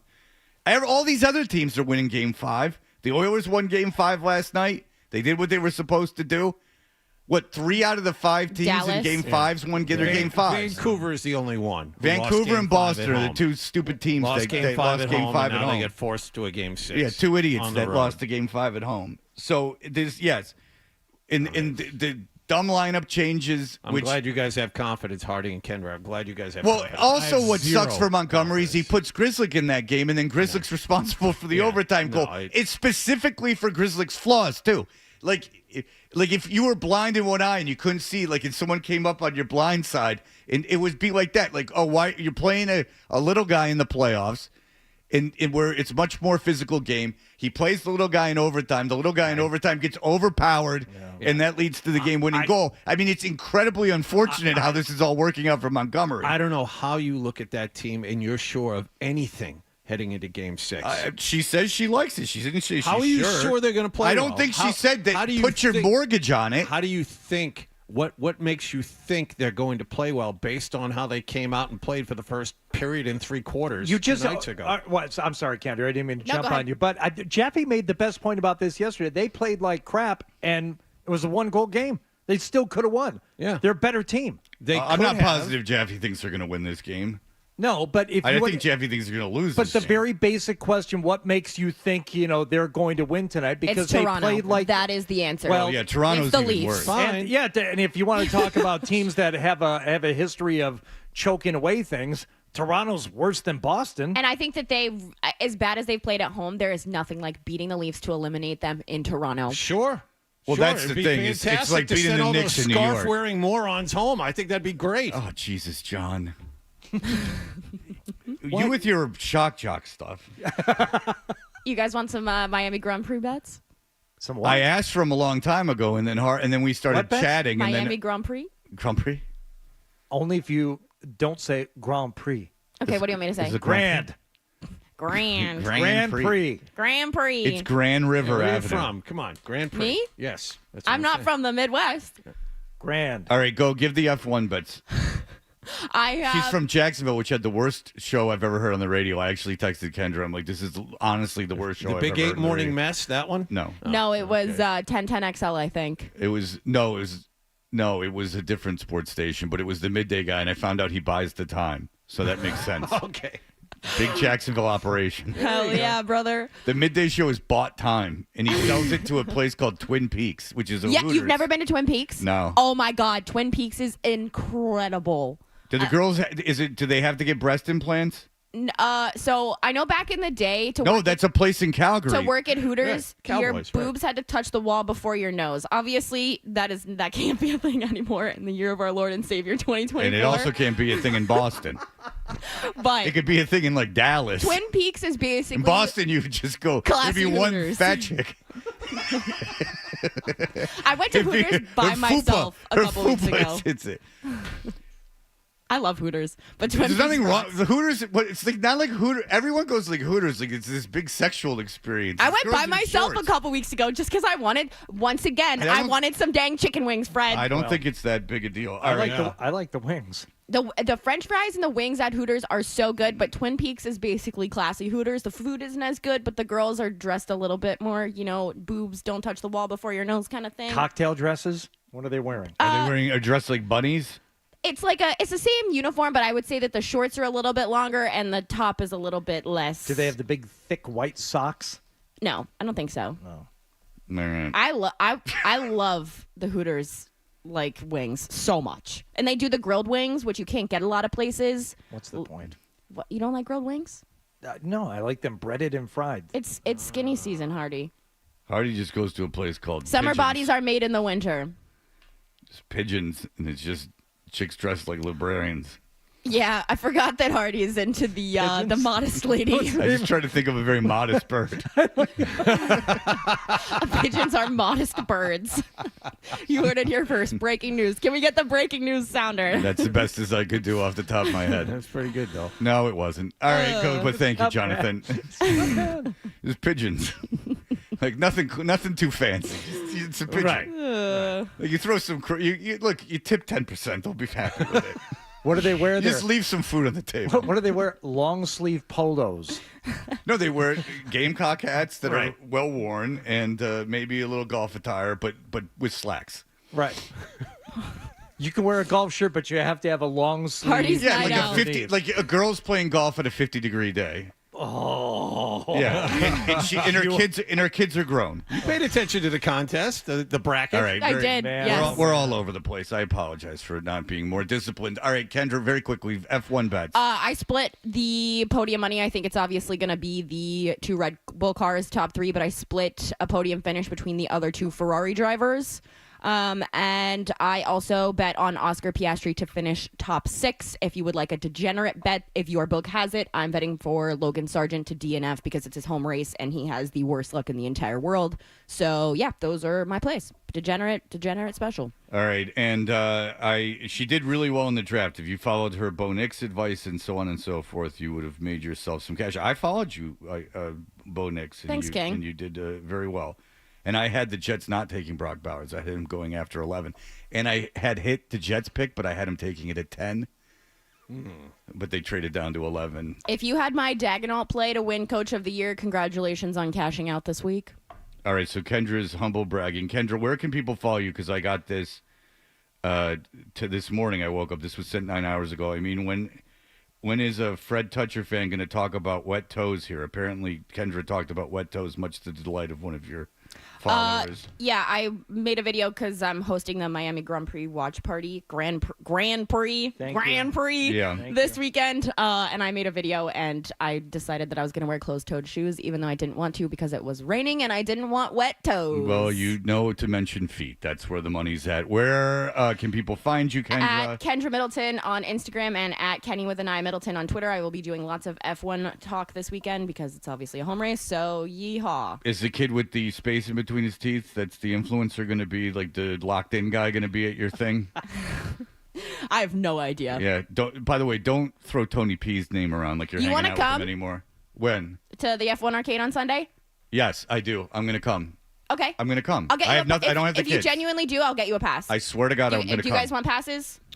No, thank you. I have literally nothing to do. I yeah. swear to God, I'm going to come. All right, I'll get you a pass. No, thank you. To what? The F1 arcade, free sims for the race, 4 o'clock on Sunday. It's in the Seaport? Yeah. I Hardy, you will want to go. come? Fred Toucher will be there. All right. Seaport? No, thanks. I'm good. Okay. I'm good. They have families. If you don't say Grand Prix, Hardy ain't going to be there. All right, I'm going. I'm going to go. Thank Okay. you. You gave me something to do on Sunday. Okay, I will see you there. And now someone's very angry at me. All right, we will be back. Gorman's last broadcast was yesterday. I thought he did really well. We'll revisit that for you in just a moment.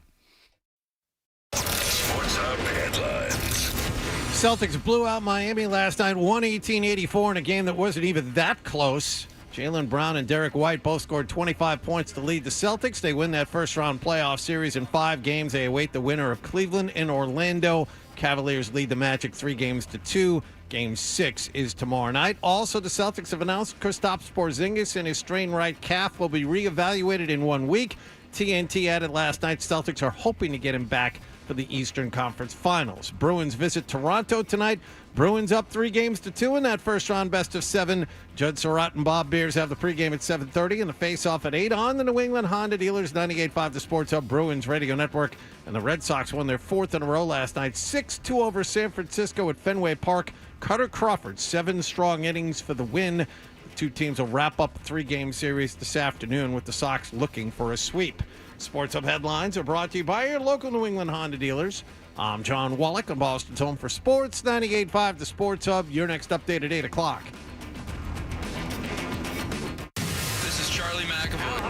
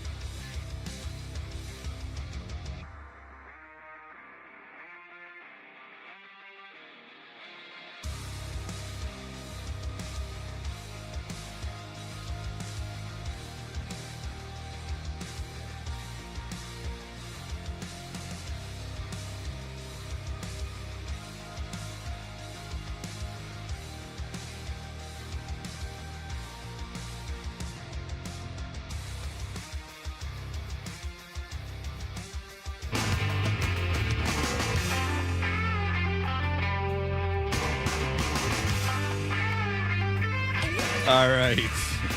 We are Toucher and Hardy, and we're brought to you by FanDuel Sportsbook. Make every moment more with FanDuel. Our good friend Mike Gorman, his last broadcast with the Celtics was last night, and it was good because it was a blowout.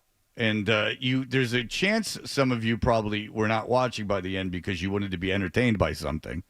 Maybe you turned back. If NBC Sports Boston has any ratings for that fourth quarter, they should kiss the feet of Mike Gorman. But Mike, it was because that's the only reason I would have tuned out, like John said, halfway through the second quarter. Yeah. There's nothing to talk about. I mean, well, they made Hero look even dumber than he normally looks.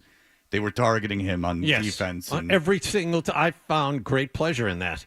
I hate his attitude. I hate the fact that he wears fancy clothes and pretends like he's not from Milwaukee, Wisconsin, which is where he's from. Seeing him on the sideline in Game 5 last year, the conference finals, wearing that like Gucci pajama thing. Yeah, isn't he from Kentucky? He went to Kentucky. Oh. He's from Milwaukee because he's friends with Jack Harlow and speaks like he's from South Central LA. But why I truly despise him is for all of those like character flaws. He can play. Oh, he's great offensively, but defensively he's not. And the Celtics, about 8 or 9 times down the floor in the second quarter, went and actively looked for who is he guarding? Let's get the ball to that guy. Yeah, and they scored 9 times in a row on him. They won the first quarter 41-23, so it wasn't exactly a... the game was over after the first quarter. Maybe you could say middle of the second Well, there's always quarter. a chance that Miami goes on a run and gets within 10 or something. But that never happened. The Celtics won every quarter, including the fourth when they had no one out there. But so that gave Mike a good chance and gave the crowd a chance to breathe. So it was basically a celebration anyway throughout the second half. And Mike, what do you have over there, Hardy? Starting with the announcer, the PA announcer at TD Garden, recognizing, calling out Mike Gorman for one final time. And there were multiple endings last night, but starting with this one. Celtics fans, let's hear it one more time for the voice of the Boston Celtics, Mike Gorman.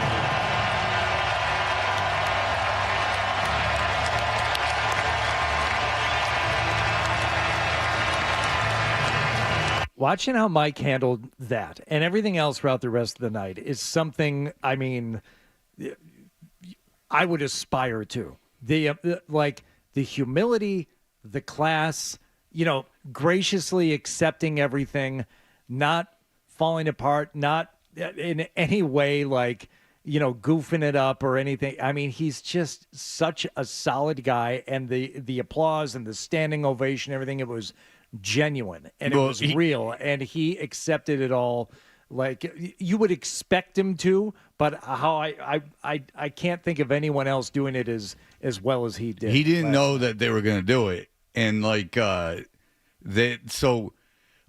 if that game was, a 2-point game with 10 seconds to go in the fourth quarter, they probably would have announced him still, but and they would have done it during a break. And by the way, TNT, I guess, did something for him last night too. Near the end of the game. Yeah. Yes. And so, so the fact that it was a blowout made everything better, but he had no idea that there was going to be a standing ovation for him. He really didn't think that was going to happen. And it wasn't false modesty because, there's a chance if that's the 76ers, Knick game that people are all if it was a weird game that maybe that doesn't happen like that, but right. It was great that it did. So he still had a game to call, and right up until the end, he was just doing the job. Well, Mike, it's been an amazing journey, and I can't thank you enough for everything you've done for me. Always, Tim, always. I'm sure you've touched so many people's lives. Yeah.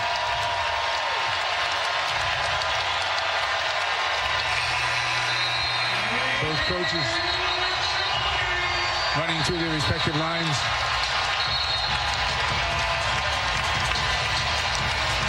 The Celtics move on to the second round of the playoffs. You could tell that was hard for him. That was the part that was hard for him. And NBC Sports Boston did a great job.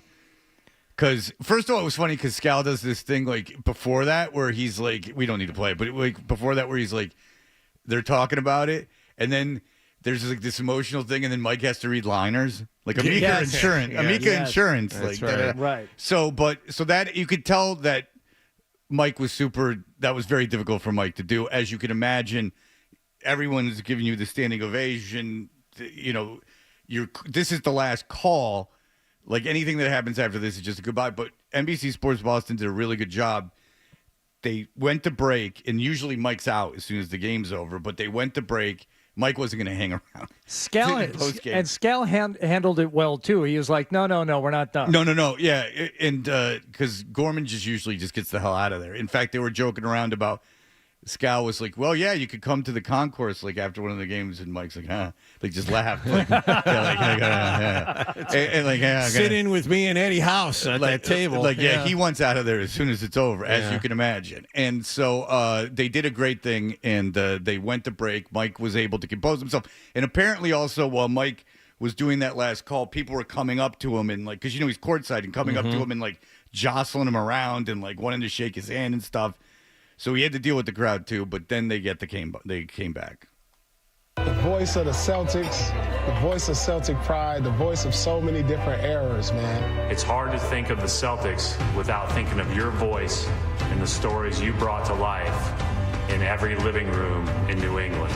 The best thing I can say about my friend Michael Gorman is that he is the ultimate professional. It's not just with what you did with Tommy and everybody else, but more importantly, the human part, what you did as far as relationships. Thank you, man. Enjoy your retirement. And I hope that your health and passion continue and that your golf game improves a lot. I'm very honored to call you friend. One of the true blessings in my life has been able to tell people that Mike Gorman is my friend. So with much admiration, much respect, and so much love, I say thank you. Everybody in the league still wants to be just like you. My congratulations. Thanks for being the best. Mike Gorman, congratulations, man. Well done. 43 years. Enjoy retirement. We love you, Mike. We love you, Mike. Congratulations on a Hall of Fame career. Well, I don't know what to say, really. For the past 45 years, it's been an honor and my distinct pleasure to have been the voice of the Boston Celtics. I'll be forever grateful to this ownership for treating my family as they treat their own, and special thanks to all who welcomed Tommy, Scal, and me into your homes all winter long. When there was a cold night going on outside, you turned us on, and that just couldn't have been better. There's no place I would rather have been. So, Boston, thank you. Good night. Perfect. And by the way, during that, the new Mike Gorman, Hardy had these broads taking photos. What the hell was that? That was my friend Nicole. It's just this gaggle of chicks, and they just wanted selfie from outside the room. One of my wife's best friends. Well, she's obviously there's trouble in paradise because someone's got a little crush on the hard. There's a friend, and then there's someone taking a selfie, making sure that people know that she was. Someone with you wants at a some distressed point. wood piece. My goodness, Nicole and Marcy have been friends for more than 25 years. Does she need a new mantle? Is that the only thing? person I knew in Boston when we moved here 20 years ago were Nicole and her husband Jay. We're long-time dear friends. Our daughters grew up together. They're a couple of weeks apart. They're still like best friends. How many times you guys switch car keys? All right. I thought this was about Gorman. It is about Gorman. Well, that was happening a lot at the end of the thing too. People were taking selfies with him. Yeah.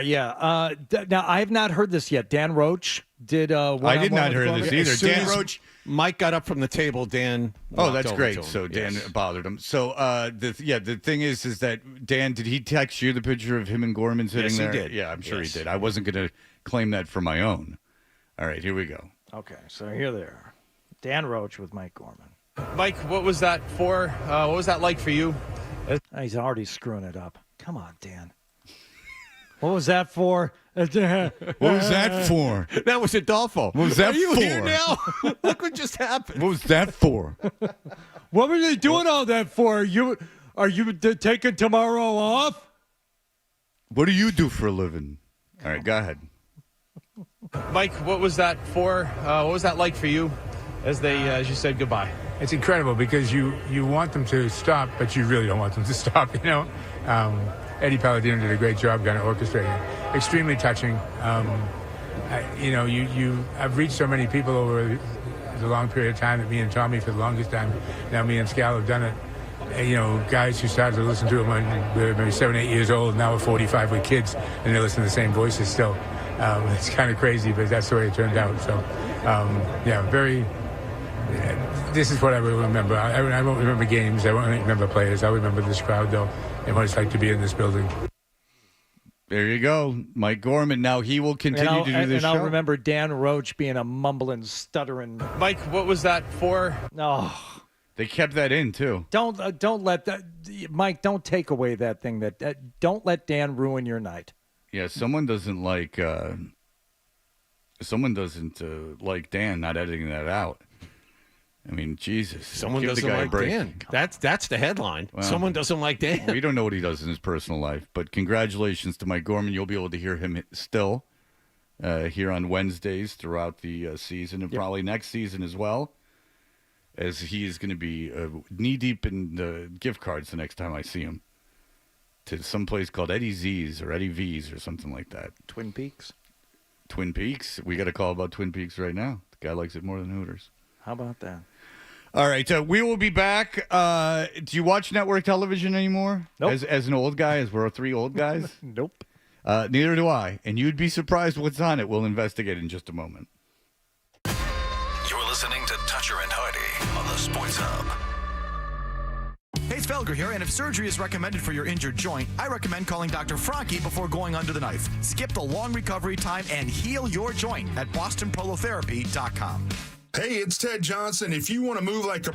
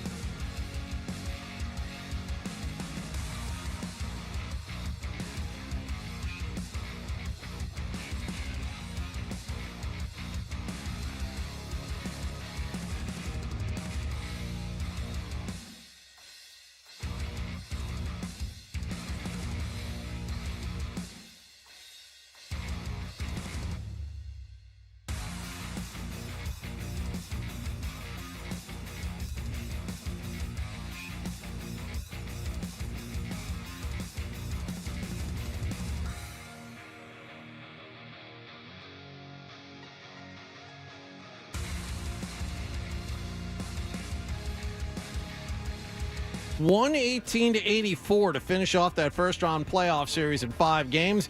Jaylen Brown and Derek White each scored 25 points, but this was a game for the bench for most of the second half.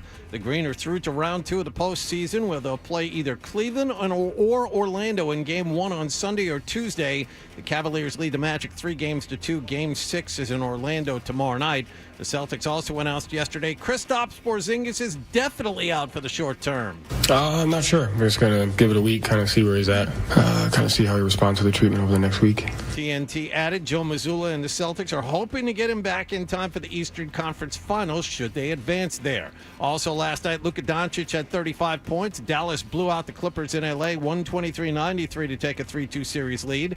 The Bruins had last night off. They play in Toronto tonight in Game 6 of that first-round playoff series, leading 3-2. Brandon Carlo is expected to be in tonight despite getting hurt near the end of Game 5. Judd Surratt and Bob Beers have the Duncan pregame at 7:30 and the face-off at 8 here on 98.5 The Sports Hub. And the Red Sox beat San Francisco again 6-2 to make it 4 wins in a row. They start Josh Winkowski today as they go for a 3-game sweep. Also yesterday, the team placed Masataka Yoshida on the injured list. They acquired infielder Zach Short from the Mets for cash considerations. And they signed free agent Dominic Smith, who was just let out of his AAA contract with Tampa Bay. He actually was the Sox first baseman last night and went 1 for 4. Sports Hub headlines are brought to you by Eastern MedTech. Are you currently using a CPAP machine and tired of the painful process of ordering supplies for your CPAP? Eastern MedTech of New England has the widest selection of CPAP supplies in stock and available to ship immediately. Visit easternmedtech.com. I'm John Wallach of Boston's Home for Sports, 98.5 The Sports Hub. Your next update at 8:30. Listen to it, laugh at it, get mad at it, agree with it, argue about it. It is Boston Sports. Boston Sports. And it is all we do. 98.5 The Sports Hub. Ta-da! We're back with Toucher and Hardy on 98.5 The Sports Hub.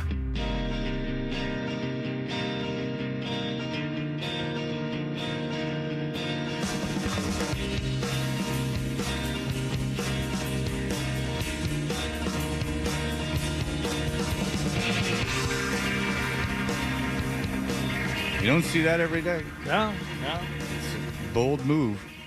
Toucher and Hardy brought to you by FanDuel Sportsbook. Make every moment more with FanDuel. You can watch us on YouTube. Did you see YouTube when Kendra was here? Did it go way up because we had a female in? No, I just remember. You know what? I closed out of the YouTube window. Oh, Damn Jesus it. Christ. You know, when we used to have Nora up here, the YouTube numbers used to go out of control, and she used to have nips in her purse. So anyway, you can watch us on YouTube. All right. So the other morning, is the show that sparked this going to come up in the conversation today? I can't remember. I think so. I think it so is I won't one mention of them. it. But I have Fox 25 on in the morning on my television here in the studio. And there's no sound. There's no sound needed. I just keep an eye on the weather, because I got to know if where Johnny's if he's gonna try to get out of the window or not. And then we'll have ESPN on another TV. But Fox 25 the other day morning had what was going to be on network television. Yes. Now my life is such that I am with this job and everything going on. I don't sit down at normal times to watch television. I'm fortunate enough to, when I am in front of and I turn the television on whenever I get home. It's always on. But if I'm usually fortunate enough to be watching television when Seinfeld's on, around that sweet 2 to 5 window. The last time I watched network television, there would be nights of The Cosby Show, 20 million people watching, followed by Family Ties with Michael J. Fox, followed by Cheers, followed by Night Court. I mean, they were real shows. Well, Fred, it's perfect that we're doing this on a Thursday. That the game itself is far from perfect. It's really more of a way just to kind of investigate what's on TV. But back in the day, Thursday night, I don't even consider this to be the golden age Thursday primetime lineup. But this is from '96, I think. This was Thursday night TV. All new comedy all night long. First, bullies are after the Friends, guys. And Monica, a disco chef. Friends. And on an all-new Boston comment, Boyd finally scores. Michael Malley. The way you block him a sideline. And look out, an all-new Seinfeld. Paisanos. And Caroline gets a visit from Richard's mom. Are you two And Caroline in the city. wipers? Plus an all-new ER NBC Thursday. And they throw in one of the most successful hour-long primetime dramas of all time just at the end. And an all-new ER. So you have Seinfeld and Friends, two of the most iconic sitcoms of all time, and then you have ER with one of the most iconic dramas of all time. Oh, it was only Anthony Edwards, George what a horrible Clooney, promo. William H. Wasn't William H. Macy on ER? No. Yes, at the beginning. Oh, he was? At the beginning, yes. Wow, you were there. You've been an hour-long drama. I've never seen an episode of ER in my life. At the beginning, at the very first season of ER, That was a good show. William H. Macy was like the lead attending guy. You know why I wouldn't watch it? Because Clooney was always going to be the handyman on on Facts of Life. That was always who he was Sure. to me. He was never going to grow out of that role. Yeah. Sure. I can't believe him in anything else. All right, so what are we doing here? So now we have a TV show or not is what we're going to do. Your way in the world today takes everything you've got. All right, so is this a network television show? This is not like is MILF Island or something on No. This is ABC, NBC, Fox, or CBS. Oh yeah, Polly Reiser, Polly Wall game. What to do with those tossed salads? Oh, I've seen every Frasier. Don't think I won't watch Frasier on the airplane. Why are you playing this version? There's a clarinet version right in the coffers of our own Johnny Wall game. Yeah. Oh, Paul Reiser. I mean, my God. All right, so is this a network, a real network show currently airing? CBS, NBC, ABC, Fox. We're not going off the board. We're going with major network shows. This isn't Okay. Fuse. All right, go ahead. Forget About Ed, or I believe as it's supposed to be said, Forget About Ed. NBC Tuesdays at 8:30. Upcoming episode. Ed worries that his coworkers will learn his true identity when they start binging true crime podcasts. All right, so this, I would take it, is about an Italian guy, very subtle. What about Ed? That is, Forget About Ed. Forget about Ed. I'm going to imagine he tattled on the mob, and I think this is a Hardy creation. This sounds like a plot line for like a 1979 thing that was going to air after Three's Company. Forget about it, and then it was going to star like Jackie Mason because they couldn't find an Italian guy. There's no way that's a show. That's not a show. That's on TV right now. Correct. I tried to fool you by going off the board at the very beginning. So, I didn't forget about it. Pretty good though. You could have sold that 23 years ago. Very creative. You want to know why I came up with it? As long as we're just going to give away the answers. How about this one? So help me, Todd. Not God. So help me, Todd. Could be on tonight, CBS at 9 p.m. Todd is a laid-back, quick-thinking, excellent former private detective who fell on hard times. So help me, Todd. That's a show. Who's in that? A guy named Todd. All right. That is a show. You're right, Wallach. You watch it. If you watch it, you can admit that you watch it. I do not watch it. He watches Blue Bloods. Not for a couple of years, though. All right, go ahead. Will Trent, ABC, Tuesdays, 8 p.m. I don't know anything about Will Trent other than it's a crime drama. At 8 o'clock? 8 p.m. Tuesdays. Will Trent, hour-long crime drama. No, because there's no way that they put a crime drama on at 8 o'clock. It costs too much money. You know what? I'm reading Hardy here. I think I have it. I think that is a show. No, there's no way I think that's a show. Because there's no way there's a crime drama at Tuesday at 8. There's no way. That's a show. No, you don't watch enough television, dummy. Fred? Yeah! Will Trent is a show. Yeah! It's an hour-long crime drama. Do you know that? Because if you're giving me false info, you're making me look bad. Oh, you're throwing it off the scent. It's Will your Trent. game. If you don't believe me, Will Trent. That's a show. It's What's a the name of drama the show. series. Dan O'Brien? It's an American police procedural crime drama television based on Karen Slaughter's Will Trent series of novels. Oh, I only like Mark Slaughter's ballads. In 2024, Love the of a series was lifetime. renewed now for a third season. Oh, Well, it stars the great Ramon Rodriguez. Okay. Who was abandoned as a child. Does it say when it airs? Does it indeed air at 8 o'clock? Tuesday at 8 p.m. Tuesday at 8 p.m. Which network is fortunate enough to have this? ABC. Let's hear The it. American Broadcasting Company. Wow. Well, it stars Ramon Rodriguez, All right. Erica Christensen, and Jake McLaughlin. And in Iantha Richardson, it is a who's who of who's that. Jennifer Morrison was on the House, it looks like.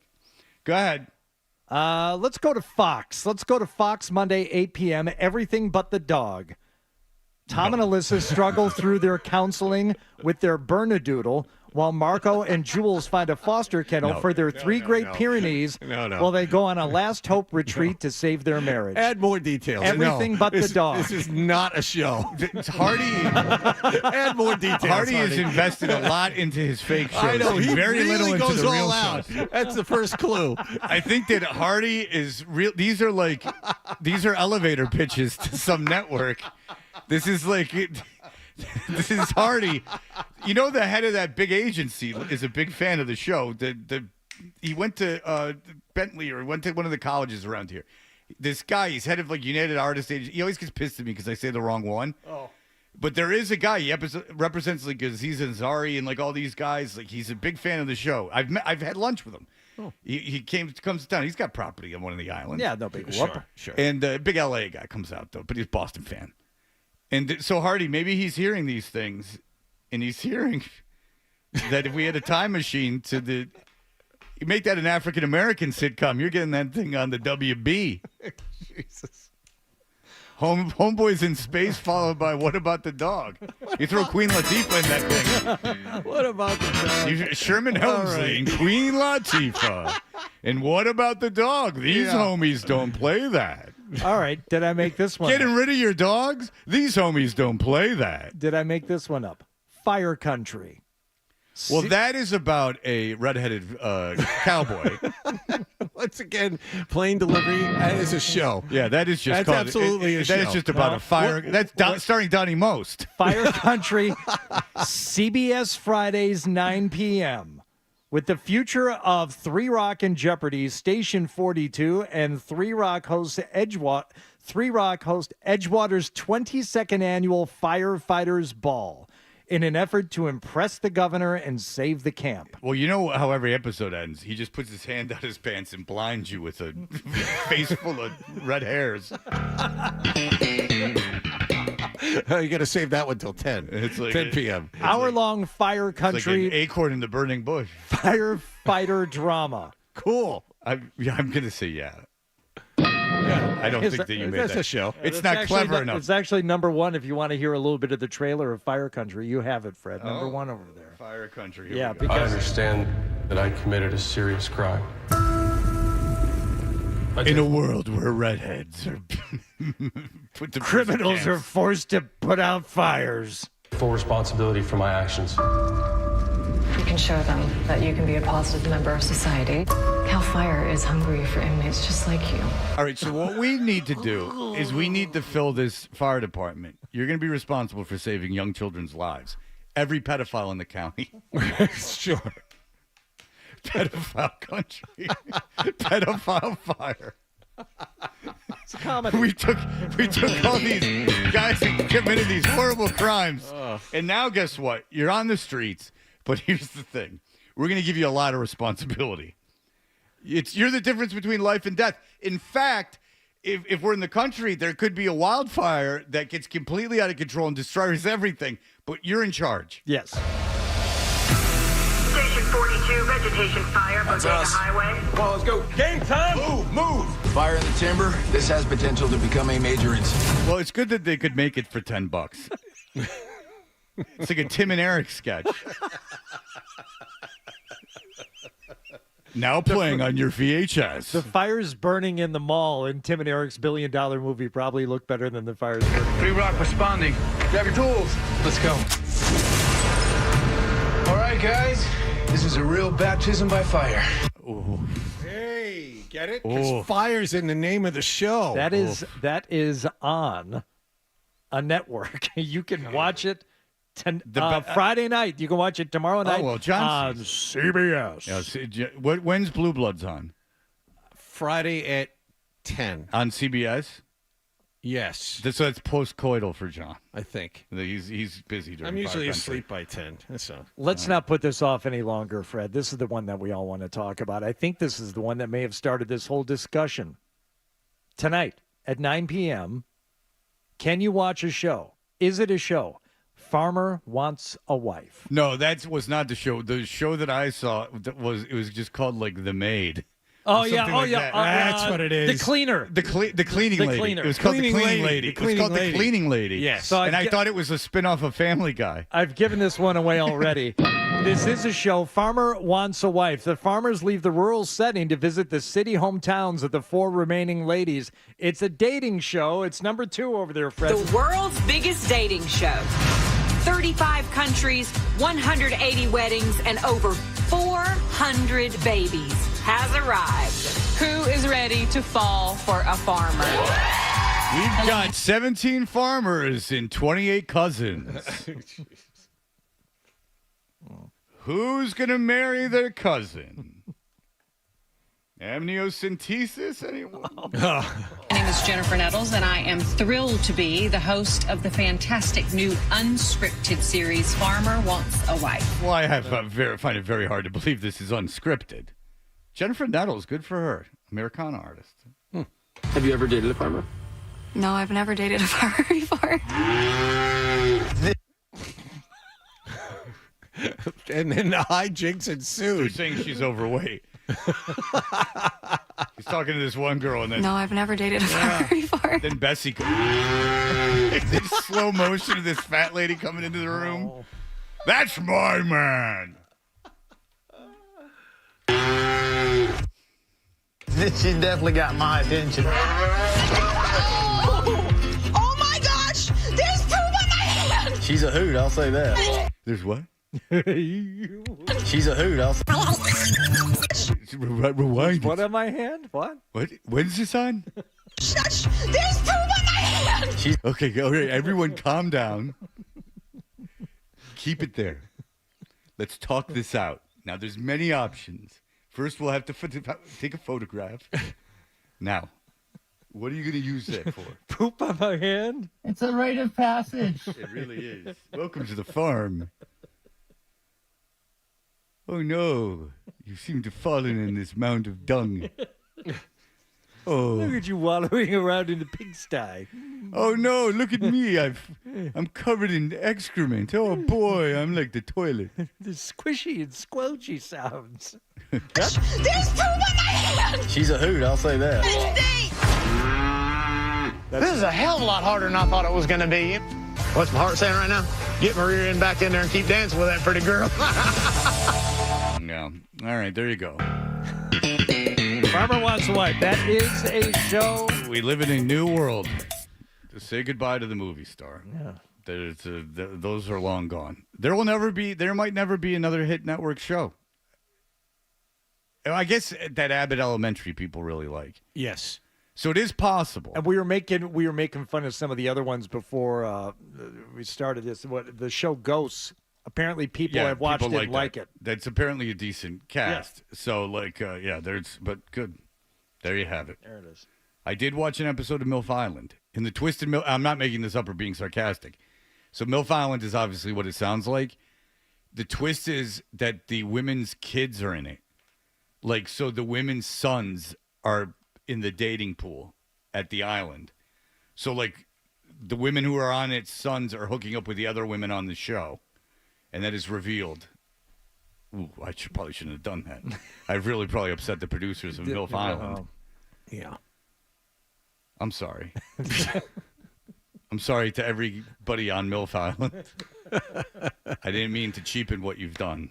Sure. As MILFs. With Lisa Ann blazed the trail for you. I don't know why she's not the host. All right, we'll be back in just a moment. With Jared Weiss, talk about the Celtics. You're listening to Toucher and Hardy on the Sports Hub. All right, guys. Generally, you're here to talk about medicine and effective treatments for erectile dysfunction and other men's sexual health issues. Today, I want to talk about love because love is the best reason to get treated for your ED.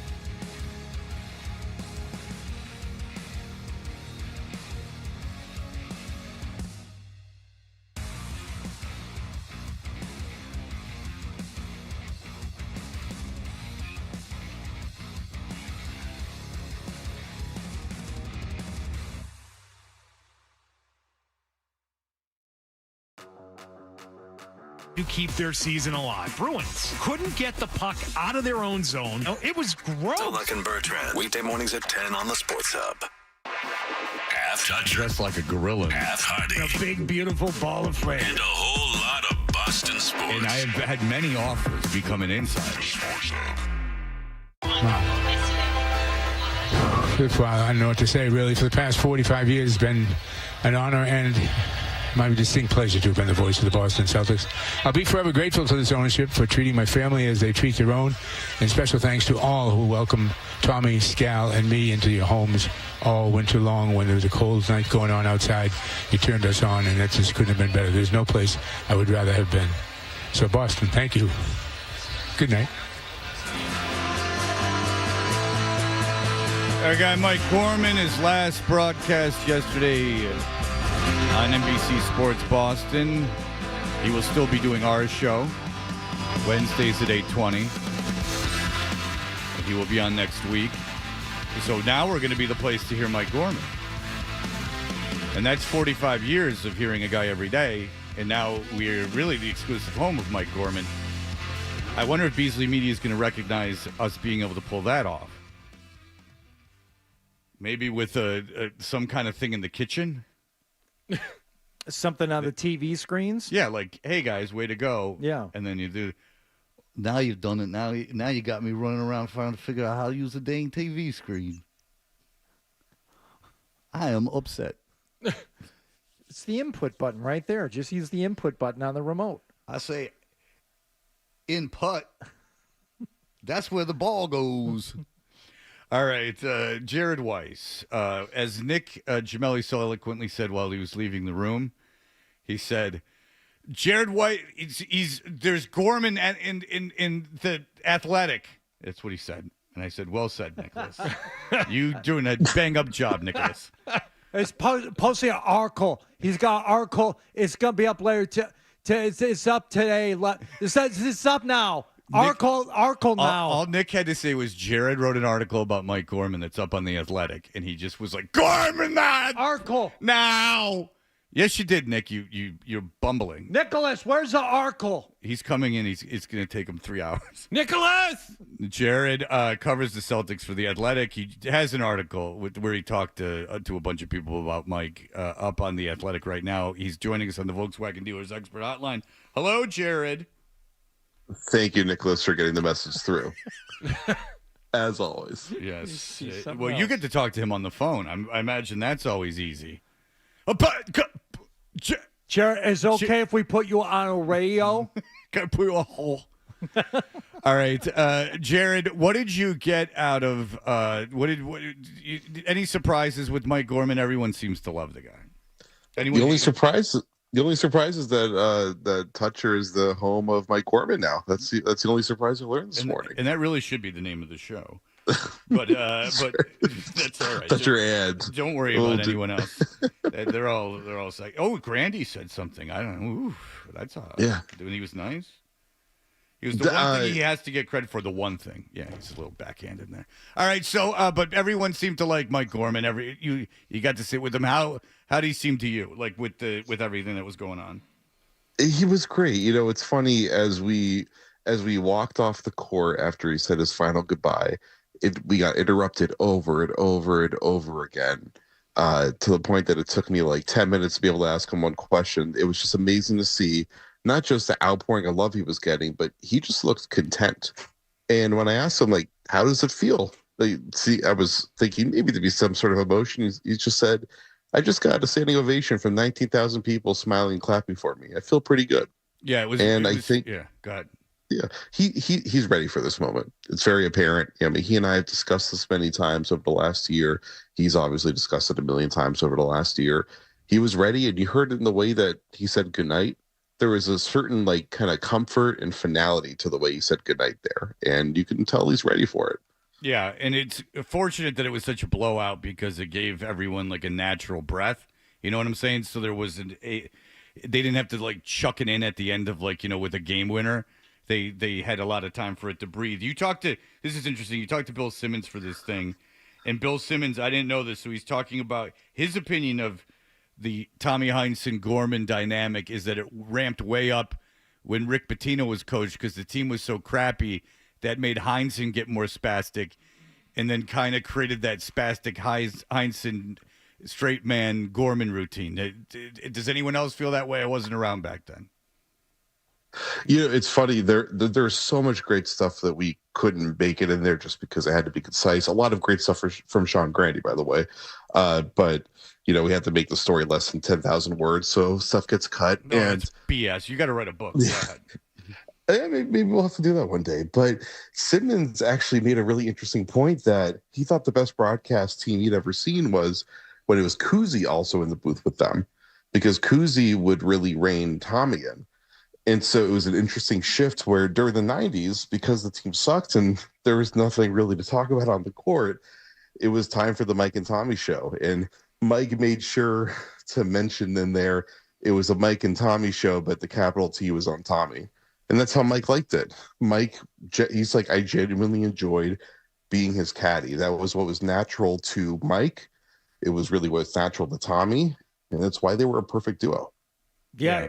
And you talk about this too, Jared, in the article about how the different people like in and out of that role. So Gorman had to adjust, that, I guess, that methodology depending on who was in there. And I forgot about some of the people who would, took a seat in that chair from time to time, Rajon Rondo among them. Right. So he had to change things up. I'm sure there were nights he had to talk a lot more than he was used to, especially compared to when Tommy was there.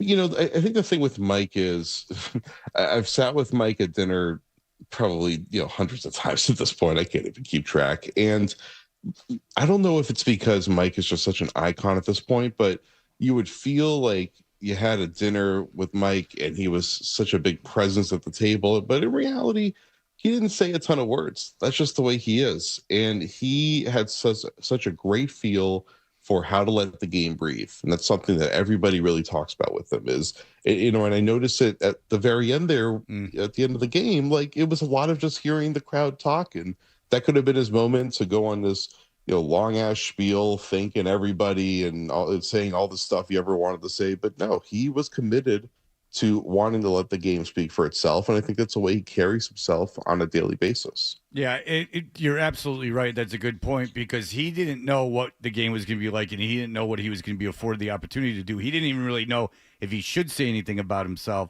So I know people are coming up to him and like shaking his hand and stuff during that stuff, but like the discipline to not like say anything for a while, I think, and I know he was probably emotional, but that I thought that was well done. And I think NBC Sports did him a great service by going to break, keeping him around and letting him, do his like 40-second sign off. I thought that was good because it didn't rush everything that they had to get to break and this and that. So they gave him some time. Well, here's the perfect Mike story is at the very end for walking off. I asked him, like my whole guys to the story that we did with Jay King, who was instrumental in this piece as well at The Athletic, was we started with the intro to the story. Oh, Jesus. Nick! Sorry. Hold on. That was Zoom's fault there. We're back. Well, otherwise known as Nick. Go ahead. Any chance to scream at Nicholas? Yes. He's not in the room, of course. He's taking a dump. Oh, he's gone? He's got to take his dump before 9 when everyone shows up. Oh, he's upstairs. Yeah, Okay. he's waddled upstairs. All right, so he's not here. All right, good. Why would he? He's responsible for the guest being on. Now he's coming up. What did I do? Well, yeah, you don't know what you did. All right, go ahead. So he forget where he was, but anyway, I go to Mike after the game. Yeah. And I ask him how'd you come up with the final words, and he goes, "You know what? I have something for you." Opens his briefcase and he pulls out the script, and I'm telling him, no, you got to frame this. This is your special totem. He goes, don't worry, I'll just print out another one. Wow. And that's quintessential Mike. He's like, yeah, he'll give you the shirt off his back, and he's like, yeah, I'll find another shirt. Doesn't matter. Yeah, and it's a good point. Like, what the hell is he gonna do with that thing? Like, it's gonna be one of those things that stays in the bottom of a drawer and you never look at it again. All right. Well, that was good. Great article. I suggest everyone reads it. I think it's remarkable that Hardy and I, given 30 seconds notice, literally by Nick, were able to decipher things from the article and pick and choose. It shows great absorption by the two of us. But as the Celtics go, who would you rather play if you're a Celtics fan, Cleveland or Orlando? It's something I've been asked a million times, and there's not like. So I'll finally answer it for the first time. Yeah. Well, There's no correct answer, but I think the most correct answer is Cleveland right now, just because one, Orlando has just kicked their ass so many times. And while I don't think Orlando has the offensive talent to actually kick their ass enough to win a series, they will probably beat up the Celtics enough that it's going to give them more wear and tear down the road for a conference finals fight if the Celtics do win. And we're really thinking about Al Horford here, right? Because Porzingis, it would be a great surprise if he manages to play in this series, but I wouldn't count on it. And so you're putting a huge amount of physical responsibility on Horford, which at 37, he's probably not going to be well prepared for. It's going to take away a lot of his stamina over the course of a run. And so I shouldn't say prepared. Of course, he's prepared, but the dude's old. So you want to limit the amount of wear and tear he takes. And with Cleveland, especially if Jared Allen is dealing with a rib injury and he's their big center, he's probably not going to be as physical and trying to see contact as much as he usually would if he's got a rib injury. So I think it just would hit the Celtics less in the areas where they're vulnerable against Cleveland. I know that Porzingis missed one of the matchups against Orlando, and 2 seasons ago, I think they lost to them 3 times, but they beat Orlando, I think, by 15 or 20 with Lamar Stevens starting and Porzingis not in the lineup. They beat them back-to-back, if I remember. Lamar Stevens was that good, I guess. Yeah, well, I guess my point is I don't fear Orlando as much as I fear Cleveland because Cleveland has the best player between both of those teams. Donovan Mitchell is the best player on either roster. And in a short series, that one player gets hot. I don't want to face that guy. Regardless of if Jared Allen is full strength or not, I'd much rather play Orlando. And it begs the question, let's say Orlando's a 5-game series and Cleveland's a 6 or 7-game series. Do you suffer more in the longer series against a team that's not quite beating you up as much, or is it going to take more of a toll in a quicker series against Orlando? I don't know, but it very well could be Cleveland. And also the big thing with Cleveland is they have the talent to actually win the series, so the variance and the risk there is greater. Also, since I'm traveling on the series, I'd rather have Orlando. Okay. Oh, I want to go golfing. Oh, Orlando is magical. You can go to Winter Park and see the Rollins College campus. It will be a whole thing.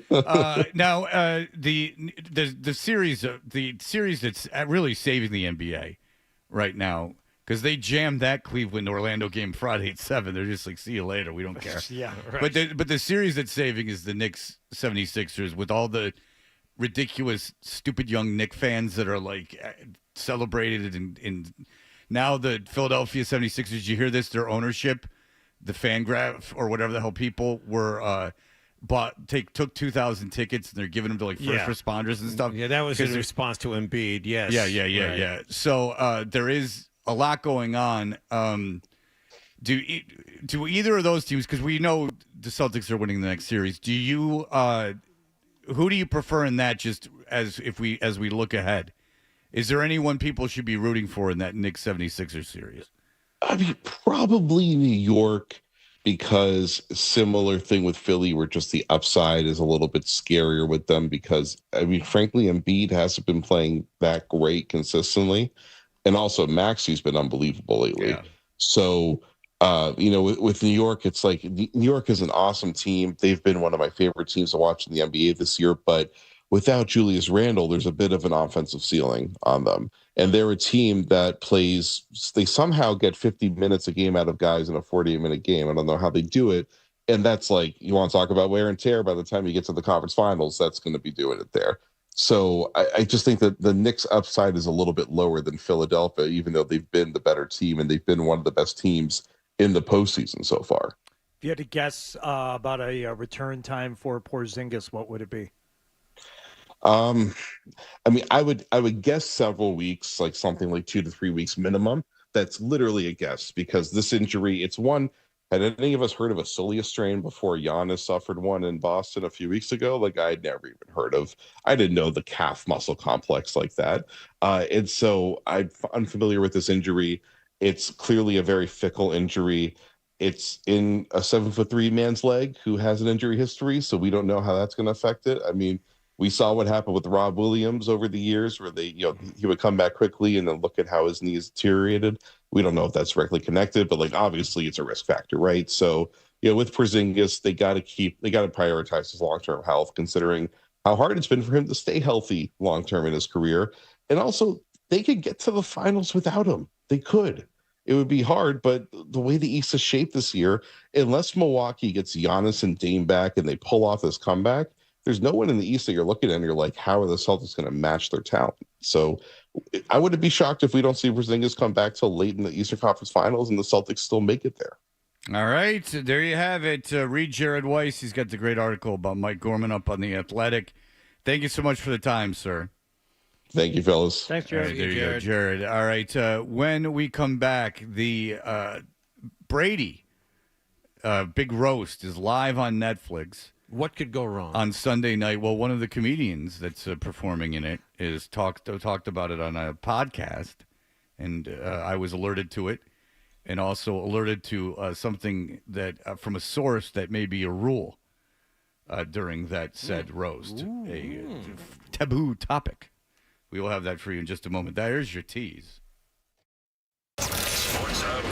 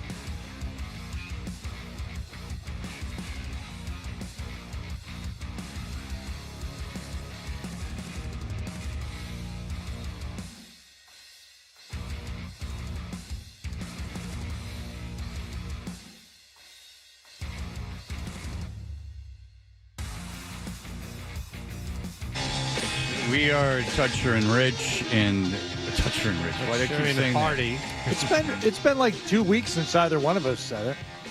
I think I might have said it yesterday. Toucher and Hardy. You can tell when I'm relaxed. Yeah, but then... Yeah, baby. All right. Because you start expelling gas and you fall asleep. I start breaking wind. That's right. The Toucher and Hardy show is brought to you by FanDuel Sportsbook. Make every moment more with FanDuel. We'll save I'm going to save. I don't mean to make empty teases, but I'm going to save the revelation about the Bill Belichick roast that's going on. I'm going to save that Tom for Brady. 9 Tom o'clock. Brady The roast. that Bill Belichick is You teased it. participating in. You teased it, and I wanted to know why. What came up? What popped up? There's not enough time, so we can do. So Travis Kelce. Did Mike Lockhart give you that stuff of his old him being an old fuddy-duddy, him the way he acts sometimes? No, but we will have it here momentarily because Travis is a bit of a chameleon. He can adapt to any situation. Yeah, he's a man from suburban Cincinnati, Ohio, who went to the University of Cincinnati and has played his career for the Kansas City Chiefs. I have this one.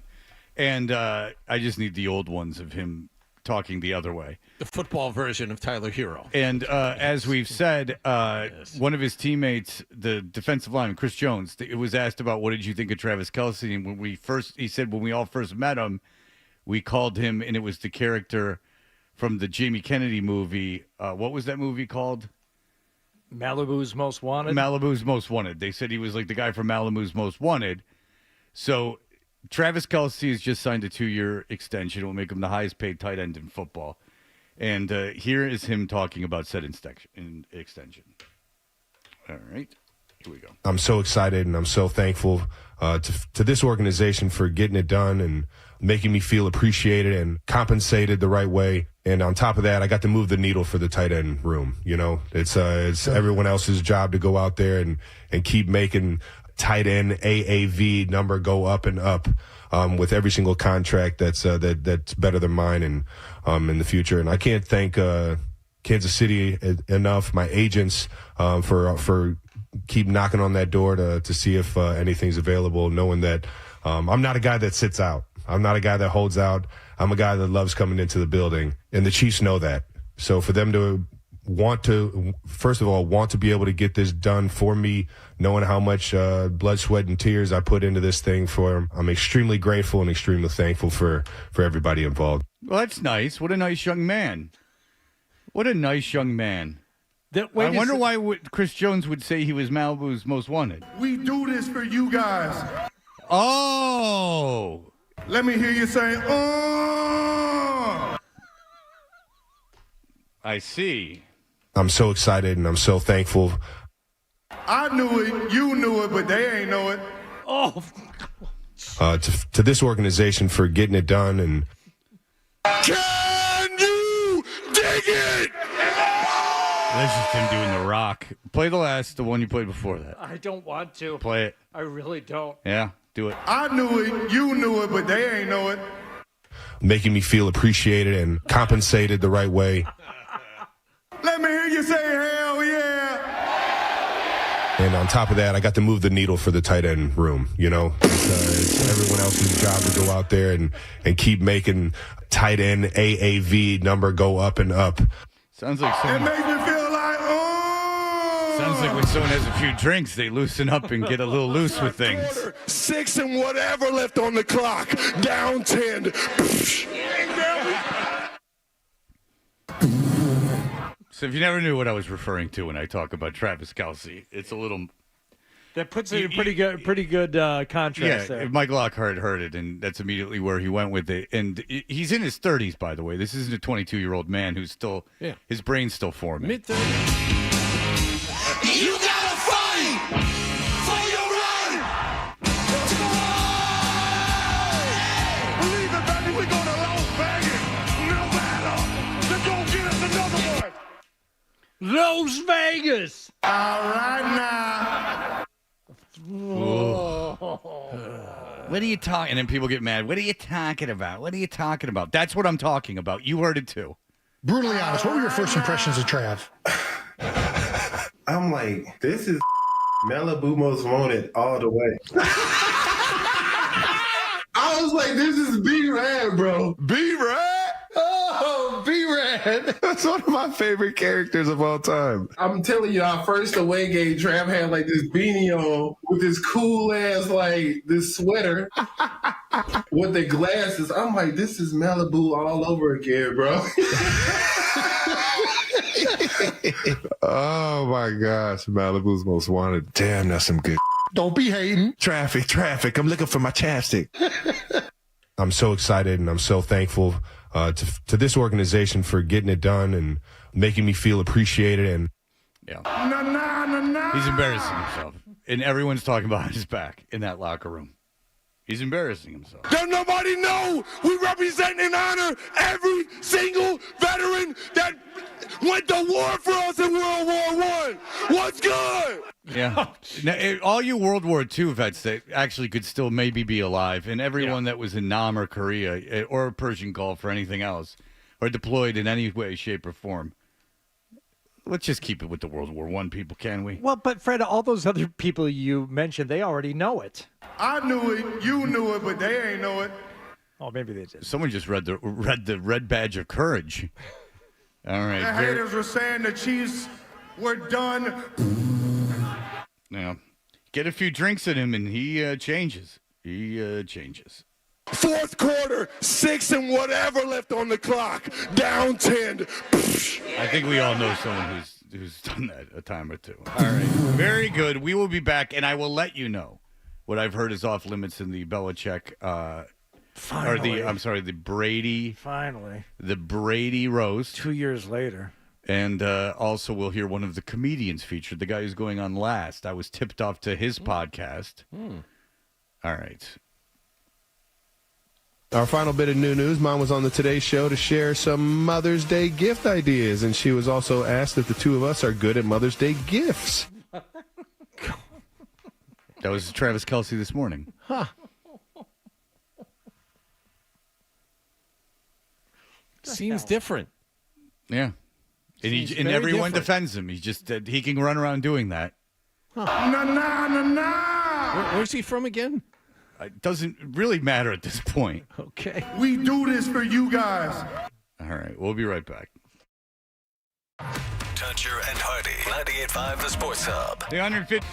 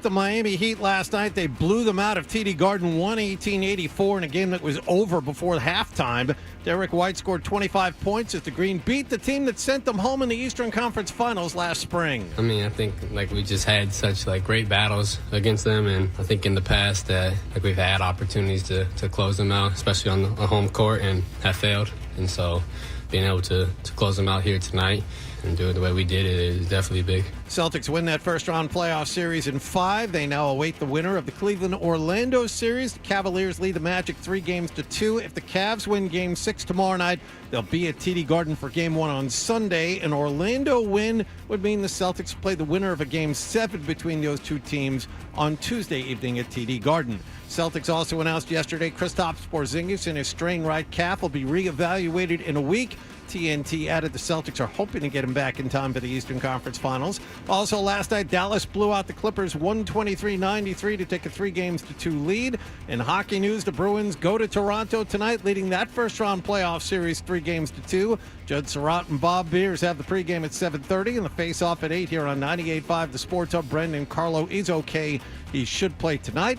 And the Red Sox won their 4th in a row last night, 6-2 over San Francisco at Fenway Park. Cutter Crawford, 7 innings for the win. Also, the Sox signed free agent Dominic Smith. He was 1 for 4 as the team's first baseman last night. Two teams wrap up their 3-game series this afternoon. And other team news, Masataka Yoshida heads to the injured list, and the Red Sox acquired infielder Zach Short from the Mets for cash considerations. Sports Hub headlines are brought to you by East Coast Metal Roofing, the official roofing partner of the Boston Celtics. Mention 98.5 The Sports Hub and get 10% off your new roof. Visit eastcoastmetalroofing.com. I'm John Wallach of Boston's Home for Sports, 98.5 The Sports Hub. Your next update at 9:30. Tatum has been spectacular. This is Jason Tatum. Right corner against Embiid. Tatum for a 50-piece. You're listening to the home of Boston Celtics basketball, 98.5 The Sports Hub. More Tuncher and Hardy on the Sports Hub. The man, the arena, the roast of Tom Brady, live on Netflix. No helmets, no mercy, no Brady rule. No f***ing problem. The greatest roast of all time, Tom Brady, live, hosted by me, Kevin Hart, with a lineup of surprise guests. We're coming for you, pretty boy. I'm unroastable. Let's go. Why everyone's so hell-bent, but I guess it manages the algorithm. Then Yes. you get all hot with the algorithm. So anyway, that's the Tom Brady roast. Now, what Netflix is doing, and we've discussed this, it's going to be live Sunday night. Now, what Netflix always even air it. So, these guys bomb. The Situation bombed at the one he did, but they were even... Because I can imagine if The Situation did, 7, 8, 9, 10 minutes of stuff that was really uncomfortably bad, that gets grueling. But they cut it down to, 2.5 minutes of him being bad. And as long as they've got the right editor on it, because... the famous, the gold standard, the bar which will never be matched is Norm Macdonald's roast. Well, there's two, yeah. Norm Macdonald's, and then the one after 9/11 when Gilbert Gottfried was bombing and goes, screw it, a family walks into a talent agent's office. Right, and he launches into the aristocrats. But Norm, for the audience at the roast, kind of bombed. Oh, he did. They didn't get it. The comedians loved it. So credit to whoever edited that thing for leaving it in there in its entirety. Because if you were just gauging by audience reaction, they'd be like, this isn't funny at all. Okay, so Netflix is doing it live, and I know why they're doing it live is because they've been doing that with Chris Rock and some other comics. I think Dave Chappelle did a live one. And the idea is that all the people are watching at the same time. Whatever sponsorships, whatever the hell else they do, they want all the eyes at the same time, because there is a problem with podcast and streaming in that it's not episodic, and that the real value for advertisers is real-time views or hearing it in real time. That's why live radio still is relevant in that sense, is that people want to know my ad's playing at 9:15. This is what the audience is at that time, blah, blah, blah, blah, blah. So who's on the dais? The roastmaster guys on the dais: Randy Moss, Julian Edelman, Drew Bledsoe, and Rob Gronkowski, and Bill Belichick. So they're going to be reading other comedian stuff, and it's going to suck. I'm just telling you, they're going to suck. And who's going to suck the most?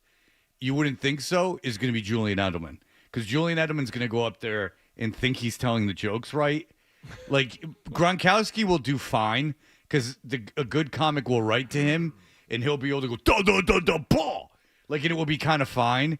Belichick might actually be okay too. I think Edelman has a chance of being better than Gronkowski. I do not, because I think that a good comic can write from Gronkowski and keep it short and get him into it. I think Edelman is going to get in there and be like, and who knows? Drew Bledsoe's just some dude, so who cares? He'll just hawk his wine.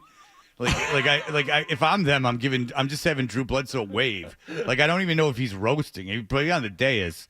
I guess he'll be on the dais so they can make fun of him being Bledsoe, like a water boy to him. Bledsoe might be good because he's very dry. Yeah, whatever with Drew Bledsoe, who cares? Edelman would be the guy most likely to go off script and tell a joke that wasn't there and think that it's good. Or can't you see that? I'm going to sell this thing. Yeah, no, I'm a media star. I've been on the Tonight Show a few times. Everyone step aside. I got this. So the hardest thing when you're trying to be funny is selling it. And if you're like, Gronkowski is just like, blah, blah, blah, blah, blah. There might be like a charm to that.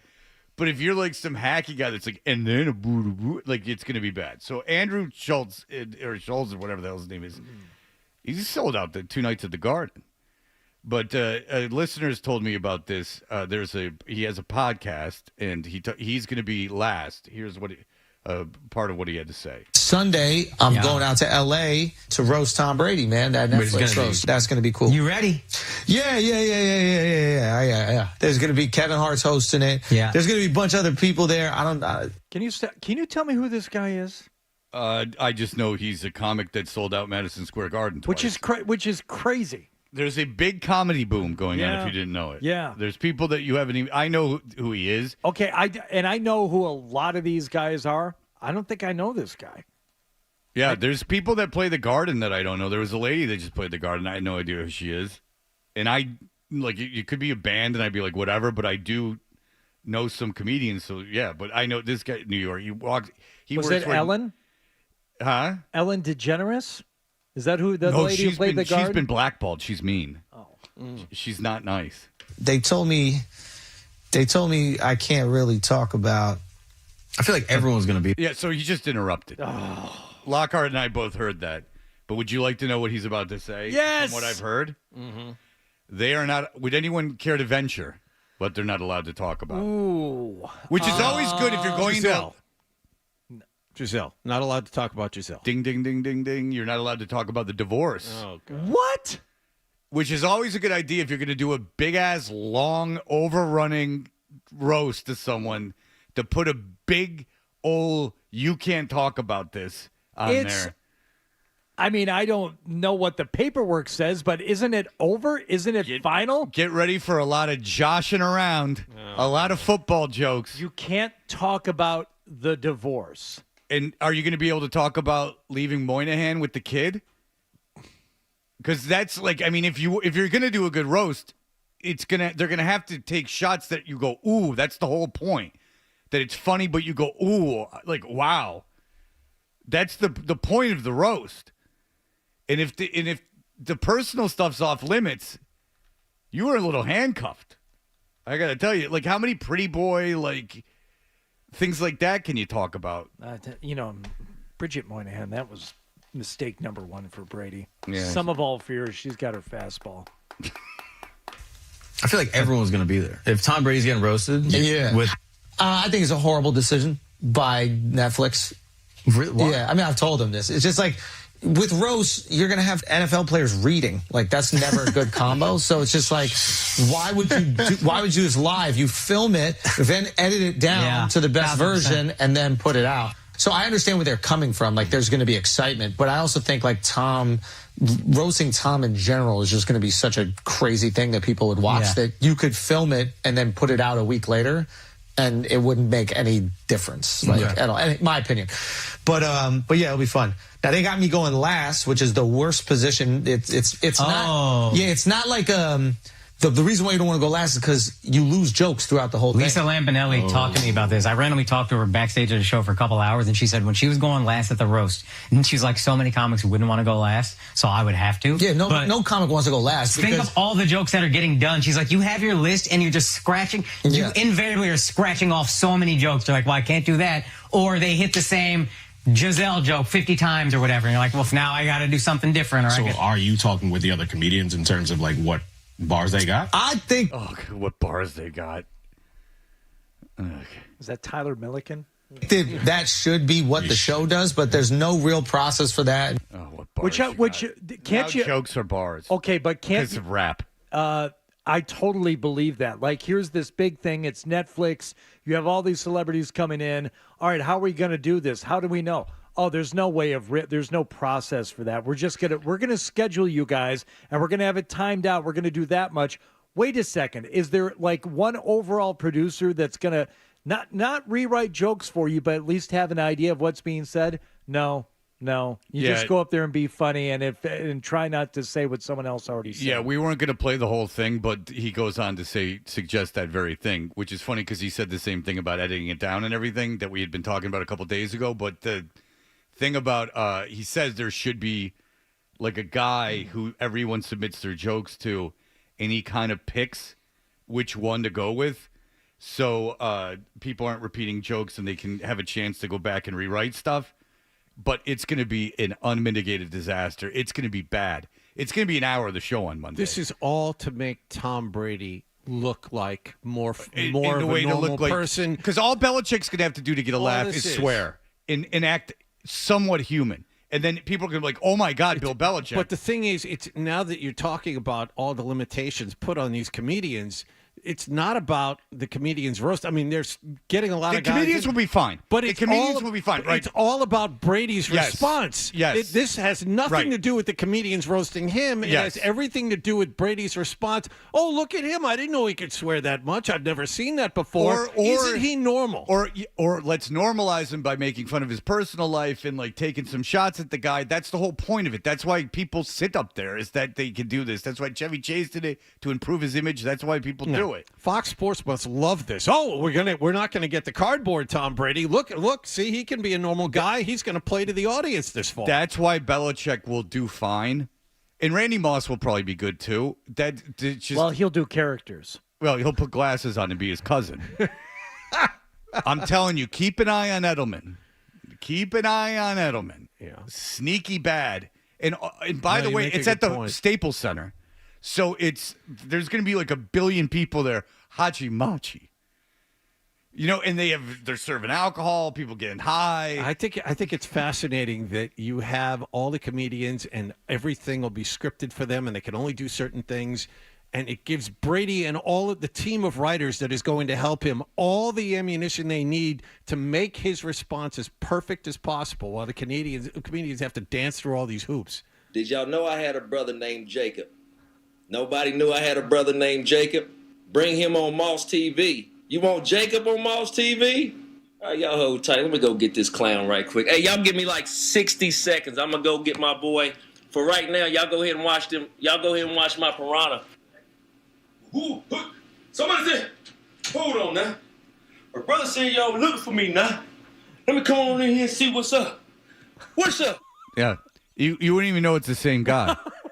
That's it. That's Randy Moss's cousin Jacob. By the way, Randy Moss makes more money than all of us combined by times 10 for what he's doing on TV. Y'all know I can't even see, man. Yeah, he kind of gives up on the voice halfway through. He just goes like, I got glasses. What a mistake not sitting on this thing like your guy says there, Fred, for a week. Let two funny people and two editors get a hold of it. You could reorder the comedians. Oh, yeah. So you could do all kinds of stuff with a good edit of that. That's what, because Jeffrey Ross really doesn't close those things. He is not last because Jeffrey Ross, they air him last on it. So, yeah, there's a lot of problems. And also, I don't know if you want a comic anchoring that's playing Madison Square Garden twice in a row and putting him at the end of the thing. You'd think you'd want to put him a little sooner. But there you have it. It's going to be a real disaster. I'll be watching. They got me. I'll be watching it. It's going to be a unmitigated disaster. Way too long. And a disaster in that it's going to be boring. But really boring. But the problem, in going forward and why they probably won't stop doing it like this in the future is whatever good moments come out of it, whether it's Belichick, whether it's Gronkowski, it's Brady, whoever, that will get cut down to a 30 or 60-second clip that goes on Instagram, and people see that and say, "Oh, that was awesome." Yeah, but that's why they want to run it live. Yeah, because they want everyone watching it at the same time. Then go ahead and cut it up however you want, and people will talk about it. But we want the credit for it going live. That's why people want live programming. That's the disadvantage. You can't keep it under wraps and make sure no one is taping it as you film it and take a few days to edit. No, the idea is that you want a live event because that gets everyone watching at the same time. If you just put it up at like 10 o'clock on a Sunday, people will go, I'm not going to watch it at 10 o'clock. I'll just watch it tomorrow or I'll watch it the next day. And that doesn't have the same oomph as everyone watching at the same time. Gotcha. As much as we've moved to an a la carte entertainment society, it is more advantageous for companies and people advertising to have everyone listening or watching at the exact same time. Ooh. A la carte and advantageous used correctly in the same sentence. What'd you take this morning? You take a pill? You take something? Someone goes to the conventions and sits with the mover shaker headline makers. Apparently. Someone's going to be at the Talkers convention when they send out the email every day that you guys don't get. It looks like it was made by GeoCities in 1984. Is that the one at Hofstra? Yeah. Okay. Super I'm going to be cool. broadcasting from Hofstra. Nice. Put that in your pipe and smoke it, gentlemen. My agent's been asking me to do this for 6 years because she has some connection with it. I have no idea. She's like, I'm going to get you on the cover of Radio Inc. And you're a headliner. I'm like, oh, my goodness. You're a headliner, sir. That's not even in Barnes & Noble. All right. Well, I'm not headlining anything. I'm at Fireside Chat. Glenn Beck headlining the thing. It's a real collection. Fireside Chat. It's really a collection of good guys. All right, we'll be back in just a moment. Stay tuned for more Toucher and Hardy.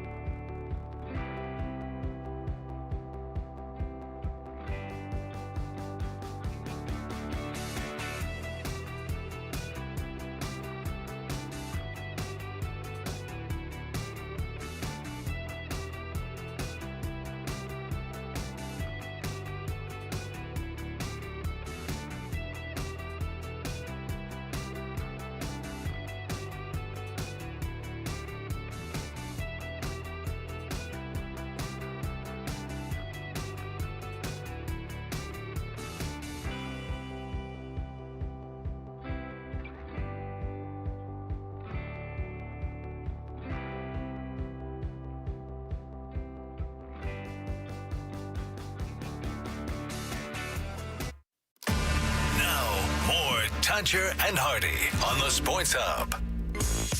You know, I got an idea for a bit. The email bit.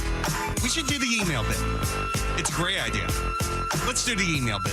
Oh, Jesus. What's the problem? Hardy's going through the socket set. Oh, this one Steve dropped off earlier. Is it fully staffed or stocked or whatever it is? Does it have all the tools that you need? Yeah, there? because if you don't know, Hardy is coming over in now a matter of probably about an hour. He's coming over right after the show. We're taking apart an old bed. I've been mocked because I said I had a socket set, but he said, "Do you have socket wrench?" And I said, "I don't think I have a socket wrench." And I was mocked for that. He said he was going to put a toe scallywag on the thing. Toe scallywag? Is that the official thing? What is that? We might be you know what, Fred? It might be easier just to take it outside, open up a window, and we'll put a beam out, and we'll just hoist that thing up. Do you have pulleys? No. Yeah, you don't have. I don't a have pulley rope system? pulleys or a beam. Now here's the thing, because I'm putting a king size bed in my bedroom on the count of threesomes. Sure. You want to leave extra room for It's gonna everybody. help, I too. got you. Look at that. That's all good. right, Steve just dropped off something else. Is that what was Three missing? dudes. Yeah. Oh, he wanted twine? That's not really twine. It's a rope. It's good. Now, are you going to have to return the rope, or is that just your rope? I'll return all this stuff. Thank you, Steve. Okay. Thank you. Good to see you, Steve. Now, I don't know how real mechanics and real true handymen. I'm really not that handy. Oh, you're modest. I'm really not. But I don't know how they feel about the Husky brand. I'm guessing they probably don't think too much of Husky. Well, what are you going to Really do more if, of like a snap-on? If your kid's a you know. little heavy, how are you going to get him dungarees? But this is an impressive set. This is the 149-piece mechanics tool set made by Husky. And, we got everything in here we're going to need. Oh, Don't you think? worry, pal. You think that to take 5 screws out, we're going to need a little something? There's a lot of good stuff in here. Why don't you just go around the house and see what you can do? I have some. You know what I do have is shelves that Nick didn't know how to put up. If you want to put those up. So this is really turning into an afternoon, is what this is. It depends how wild he wants to go while he's at my house. The other part about this is, and there's no escaping this, Hardy volunteered to do this. You didn't ask him to do this. Hardy volunteered to do this. Never occurred to me. He could not be happier than he is right at this second and not paying attention to what it is you and I are saying. What? Well, I've been asked if T-Bone was still coming over, and the thing is, I told T-Bone, I'm like, I'm going to go there after the show. My gut tells me we won't need you, pal. And he was a little saddened by it just because it's a chance for him to show off his strength. And for those of you who did not listen to the earlier discussion and are just tuning in, Hardy owns a pickup truck. He has volunteered to take the mattress that is being replaced to the dump after he is done disassembling the bed. He saw that Newton charges $30 to recycle box springs, and he said, "I'm out." He said, "I'm not." He goes, "I'm not." He goes, "I'm out of this." Yeah. hayride. He's like, we're just going to take those things and put them upstairs. You're keeping the mattress, but you wanted to get rid of the box spring because the mattress is just going on the floor. And I said, why not put the box spring on the floor and put the mattress on top of the box spring? That's what you should Makes do. sense. So that's what you're going to do. Okay. That's what we're doing. That's what we're doing. Whatever Hardy wants. I just don't question the guy who's working it. He's going to need me to help take the mattress up in the box spring, and he's going to need me to get help get the mattress up. Unless he uses the rope, then he might just go get out of here. All right. But when it really comes to taking apart the bed, it's going to be Hardy because there's not like 8 wrenches. Like there's not going to be the two of us. Wrong. Do you know how many socket wrenches are in this Husky set? How many socket wrenches? More than one. Oh, so we're good to go in case one fails. We got 3, and we got the screwdriver socket. Why do we need 3 socket wrenches in a set? Why not just one? Because there's going to be 3 of us. I see. Me, Fred, and young Nicholas. Oh, so Nicholas is going. Oh yeah, Nicholas is going. Is he documenting this? I never got a firm answer on that. And that's a lot of hands. Yeah. So it might be just Nick and Hardy taking this mattress up because I don't know if there's enough room for the 3 of us. I have emails if here. Nick's there, he's not going to want to just sit there. Asking whether or not young Nicholas will be there. What time is video of Hardy helping out at Fred's be shown tomorrow? Is a couple of emails I'm When getting. you were a kid, Fred, especially growing up in Detroit, you didn't ride around in your bike with one of these in your back pocket. That's the 9/16, and that's what you would need. I drove around with one of those underneath my zipper. I mean, this was what we did. 9/16. Hey, now. And you know, the fathers in the neighborhood were always yelling. It's like, where the hell's the 9/16? And I guaranteed it was in the back pocket of their son riding around on their bike because that's what you would need to do most adjustments on our bikes at the time. No, the kids that had the most tools growing up ended up with heroin problems. That's a fact. Well, like the kids that were always dropping a engine into their car are the same kids that said we were going to a record store and took me to downtown Detroit where they bought and smoked crack with a guy that then was convinced there was still crack in the you'll never hear a story like this because there's never been another story told like this. And I sat scared out of my mind on the east side of Detroit in a neighborhood while this crackhead was going through this guy's car thinking that they had stolen crack from him and that it was in the carpet of the back seat. So that was fun. So those were the kids that were dropping. And they were also kids with cars that were hanging out with middle schoolers. Huh. Which is another good thing. Guys with beards hanging out with 13-year-olds. It was a lot of fun. Well, thank goodness I stopped just carrying a wrench around and never dropped a new engine into my they were 77 Chevy Nova. Yeah, there was a car on blocks that everyone was Matt was always gonna drop the engine into it, and then they finally got the thing. I've Googled it before to see how much they cost because it was like this unicorn tool. It's a motor with a chain on it, and it drops the motor into the car because motors are super heavy, like in Greece. Exactly. Yeah, it's like musical theater. Exactly what I'm coming from. Right. And that's where I got all my knowledge. And finally they got the tool and they were going to drop the motor in, and they realized, we have no idea what we're doing, and there's no way we could ever hook up a motor because none of us have taken any classes in this. And it was back when it was books, so there'd be a book the size of a phone book with very small writing, which was how to make a car. Sure. And I'm like, oh yeah, you're just gonna turn to page 1004 and just figure out how to, work to get the transmission going and everything else. You're gonna put together an automobile. There are people you can't read. There are people who still do this, but I think I told you my neighbor across the street has a car where the transmission was shot. Couldn't move it, right? Couldn't back it out of the driveway. It was a nice car, it was brand new when he bought it 10 years ago, a Mercedes, but it's got 100,000 miles on it plus now. It's I don't know what to do. Another neighbor says, how tough can that be? And this guy is handy, right? Yeah, I hear you. They get the car over to this guy's garage. He buys the parts online. He put a new transmission into a Mercedes in his garage. The thing runs like a top now. And that's the one that I just dropped my jaw at and be like, I have no idea what's going on. And this guy, he's like an IT guy for his profession. Well, but he's he just knows obviously his got way around like cars. he's got a condition that he can like focus like on like the most money. He's like Bill Gates. So like, there's something wrong with him. yes, it's like guys who can not wrong, different. In that it's a skill in one way, but I bet you if you sat down and said like, let's have an hour-long conversation, you're going to went out of there in about 30 seconds. Not at all. I've spent a lot of time with this guy. Ask him He's to draw. He's very skilled. Yeah, no, he's probably hyper-focused. He can like focus on super mundane things. It's a great skill to have. That's how science. It's how people are going to split the atom. That's how diseases are cured. There's needs to be people that can focus like that. Yeah, but ask him to tell you a joke. Ask him to... Ask anyone to tell you a joke, you're going to go, ugh. Tell me a joke, Fred. Tell me one joke. Family walks into a talent agent's office. It's a guy, his wife, his daughter, and his son. All right, do you have an email? Anyone want to read an email real quick?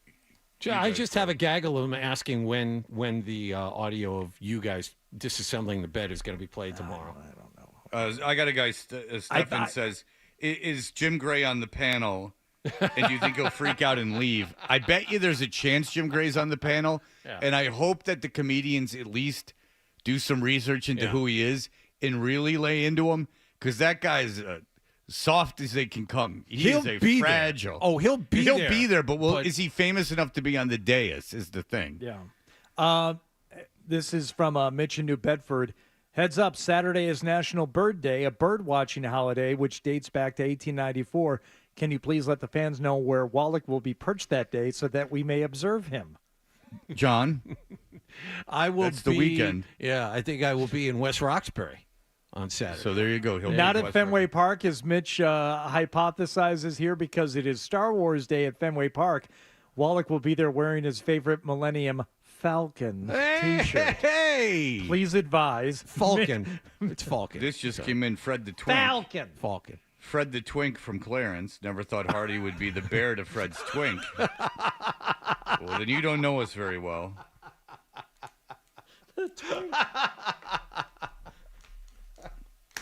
Here's the thing. Simple and easy fix for the mattress. Grab 2 belts, roll the mattress up, and cinch the mattress with 2 belts as tight as possible. 2 people should be able to push it up the stairs or even carry it with the belts attached. That's a great call. That's why we have the twine.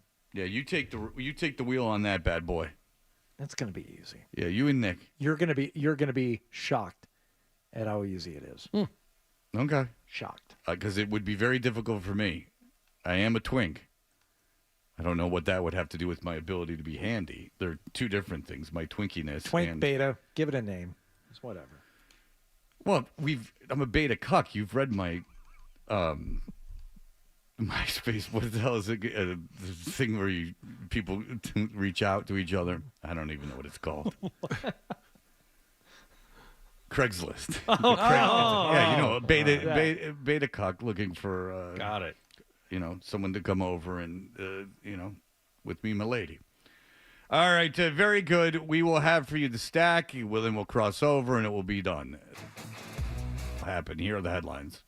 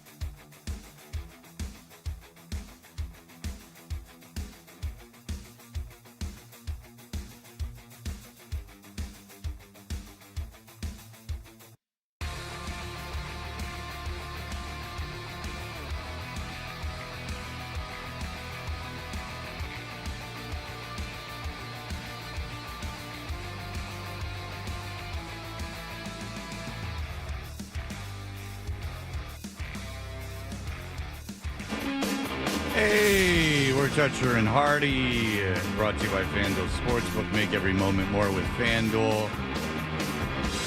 What's going on, Hardy? What's the deal? Well, apparently LeBron James no longer obsessed with playing with his son, at least on the basketball court. Adrian Wojnarowski reporting that he has had conversations with Rich Paul, who is LeBron James' agent, and he no longer believes that LeBron is insisting he has to play with Bronny. The quote from Wojnarowski, the idea of them playing together is not a priority. It's not foremost, at least any longer.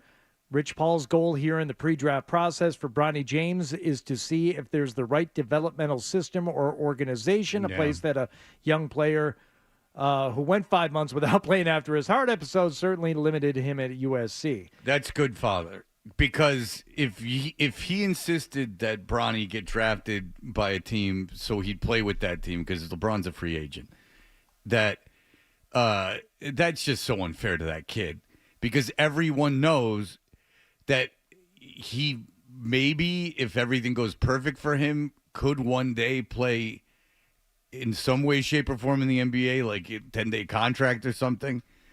But if he was drafted or if he was a free agent signing by an NBA team, it would be exclusively because of his father. Now, long term, that's terrible. Yeah, now that LeBron, if what Hardy says is true, now that that's off the table, there's no reason for that kid to enter the draft at all. No, well, developmental programs. So he could go G League. He could go. I don't think he's going to get drafted, but he could end up signing with the team and going to, the G League, or he could go back to school, show everyone that the heart problems are a thing of the past, become an actual starter for a Power 5 conference team, and then enter the NBA draft and get drafted. Yeah, it's twofold. I mean, LeBron, if you want to give him credit, doesn't want his son forced into a situation he's not ready for.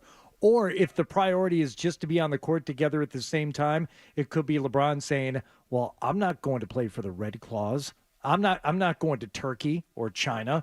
So we're going to go our own separate ways. No, what it is him changing. No. Bronny James would have made an NBA team. Some team would have taken him to get LeBron James in the building just for the gate. My dream would be the Celtics. That would have been fantastic. That's your dream? That would have been drafting Bronny James and forcing LeBron to come here. Well, I don't think that's how it would work. I think the team that drafted Bronny James would know they were getting LeBron James, John. I think that's the way that it would go. I don't think the Celtics would just draft a player for no reason that was not going to ever play in the NBA. But that's it. No, both of you are way off. Oh, are we? Yeah. You're both way off. Okay. No, he knows his kid's not ready for the NBA now. He knows that teams in the NBA would take him and put him on the team just for him. And hopefully he realizes that would have been a terrible move as a dad. Let your son carve his own way. Help them when you can. I just don't see it going that far where if not just drafting him and sticking him somewhere, if the deal was you want me, you have to draft Bronny and you have to get him on the roster. He, at the very least, needs to be on the bench 4 games, and he has to play a little bit. I think a lot of teams would scoff at that and say, no, what's we're not doing Giannis's that. brother do? Thanasis, he jumps around a lot, doesn't play, and at the end of the bench, he flexes his muscles a lot. If Giannis is not his brother, is he on an NBA franchise? No, he is not. Not by any stretch of the imagination. He might not even be on a G League team. But that was a team where Giannis already was, and they're like, okay, this will make him happy. Yeah, and he's got years ahead of him. So I own the Orlando Magic, or I own some team, and I go, I can bring LeBron James into town. I'm going to sell out every single night. I'm going to bring all that media attention to my team, and all I got to do is just put his kid on the team and have him sit at the end of the bench and a guy that never is going to play anyway, a guy that would average like 0.5 minutes a night at the end of the season. I mean, that's a move that a lot of teams would make. That's a fine. By drafting Bronny James, you're making a lot of money. He guarantees you amount of money because his dad's coming with him. The only downside for anyone in that is Bronny James, because forever you're stamped. Like, even if basketball is your goal, even if you want to become a coach or train players or open up some Bolletary academy somewhere, all you'll ever be remembered for is that you were the kid that got drafted only because your dad was on the team. mean, this is no Ken Griffey Jr. Like, it would be one thing if if the reverse were true, it would be kind of cool. If Bronny was like this huge superstar and LeBron James was old and kind of wasn't good anymore, and Bronny was like, if I'm drafted, I want my dad on the team, that might be cool. But the reverse makes you a fool. All right. The Dolphins have reportedly turned down a $10 billion offer. Yeah, we talked about that already. Come for control. We talk about it on the air? Yeah. Yeah. When Kendra was here. Come on, Oh, man. that's right. That's right. Your head's already picking up mattresses. Because of the F1 evaluation. Yeah. Okay. Yeah, Kendra's big F1 expert. Your head's already on that socket set, isn't it? You bagged that a long time ago. I'm thinking about things.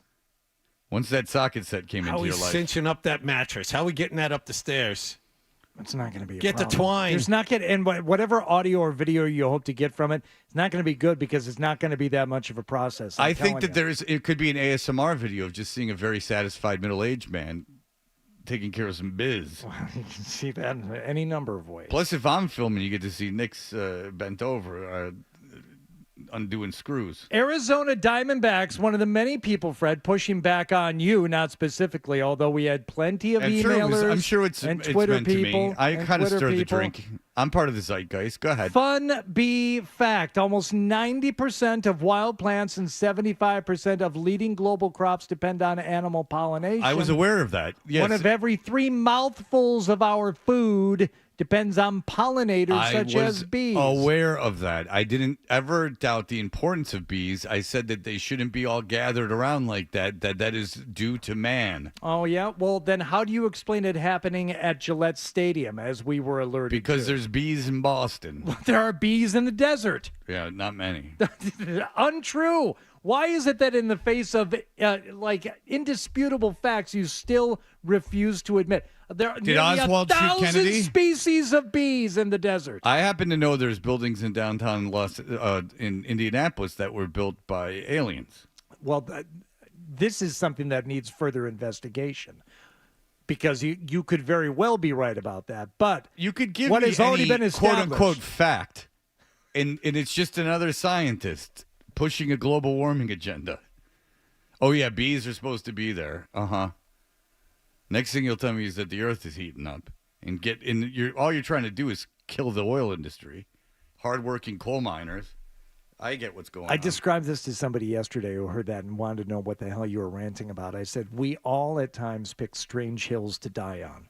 You have to. And Fred's yesterday. Yeah, I captivated your friend. And it can. Did and you it say you're welcome? And it continues Let me just. today. What's his first name? I'm not telling you his first name. Because I'll just say you're welcome. I'm glad I could give you something to chew on. You'll make fun of his first name. I'm not going to tell you. Oh, what is it? I'm not going to tell you. You're going to make fun of it. If it's ethnic, I can't. I'll get in trouble. See, now we're gonna get in trouble either way. Well, no, I just made the statement that I couldn't. Well, I'm not going to. All right. Anything else? No. Scott Zolak was up at like 5:45. He was texting at 5:45. So why was he texting at 5:45? The thing Was it like okay. Yeah. He was just. We really disturbed as talked all about. were. How long did we talk about the Formula One thing with Kendra and the Dolphins thing? Maybe 5 minutes. Yeah, 5 minutes. 4 or 5 minutes. Was it before or after she said she was still going to look 30 when she was 50? Because No, that was before. Yeah, it was before that. Oh. So you had checked out long before that. Out it again. Not me. I'm gonna. Hardy really didn't like when she said that. Well, nope. You gave her some advice, which I'm sure she did not hear, which was you better attach yourself to something other than your age because it doesn't last. Especially at 28, because when you're a 30-year-old woman, you're no longer a girl.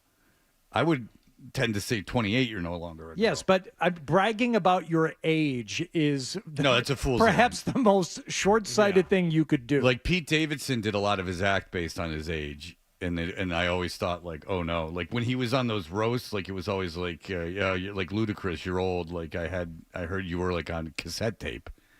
And you're like, oh, that's funny. But where are you going to, in 15 years, the reverse will be true. And you'll just be able to attack. We have a game tomorrow, by the way, Fred. I'm not going to say anything about it other than I'm more excited about this one than I have. It's a clever idea. Hardy finally came up with something clever. Finally, it's 4 about months. time. Good for you. Here's Scotty Z. Yeah, baby. Yep. He's been up for 4 hours. You're He's looking raring to go. looking forward to Bledsoe on that roast? I had him nailed years ago, by the way. Yeah. Let me hear you say hell yeah. Now, Bledsoe's on this roast. Have you talked to Bledsoe at all about the Brady roast? I haven't yet. I actually got to give him a ring, so I don't know how much he's getting paid for it. Is he going to be, is he telling jokes or is he just going to be on the dais? I'm not sure. I guess he would be on the dais, and Because he's I easy. hope. It's easy to write jokes about Bledsoe with Brady there because they write themselves. They're going to be just dumb football jokes. Yeah. The ones you should read is like, hey, how you feel now about leaving your check stub Yeah. in the quarterback room when Brady was a rookie? That happened? Yeah, oh, yeah. You know he's going to have a bottle of that wine.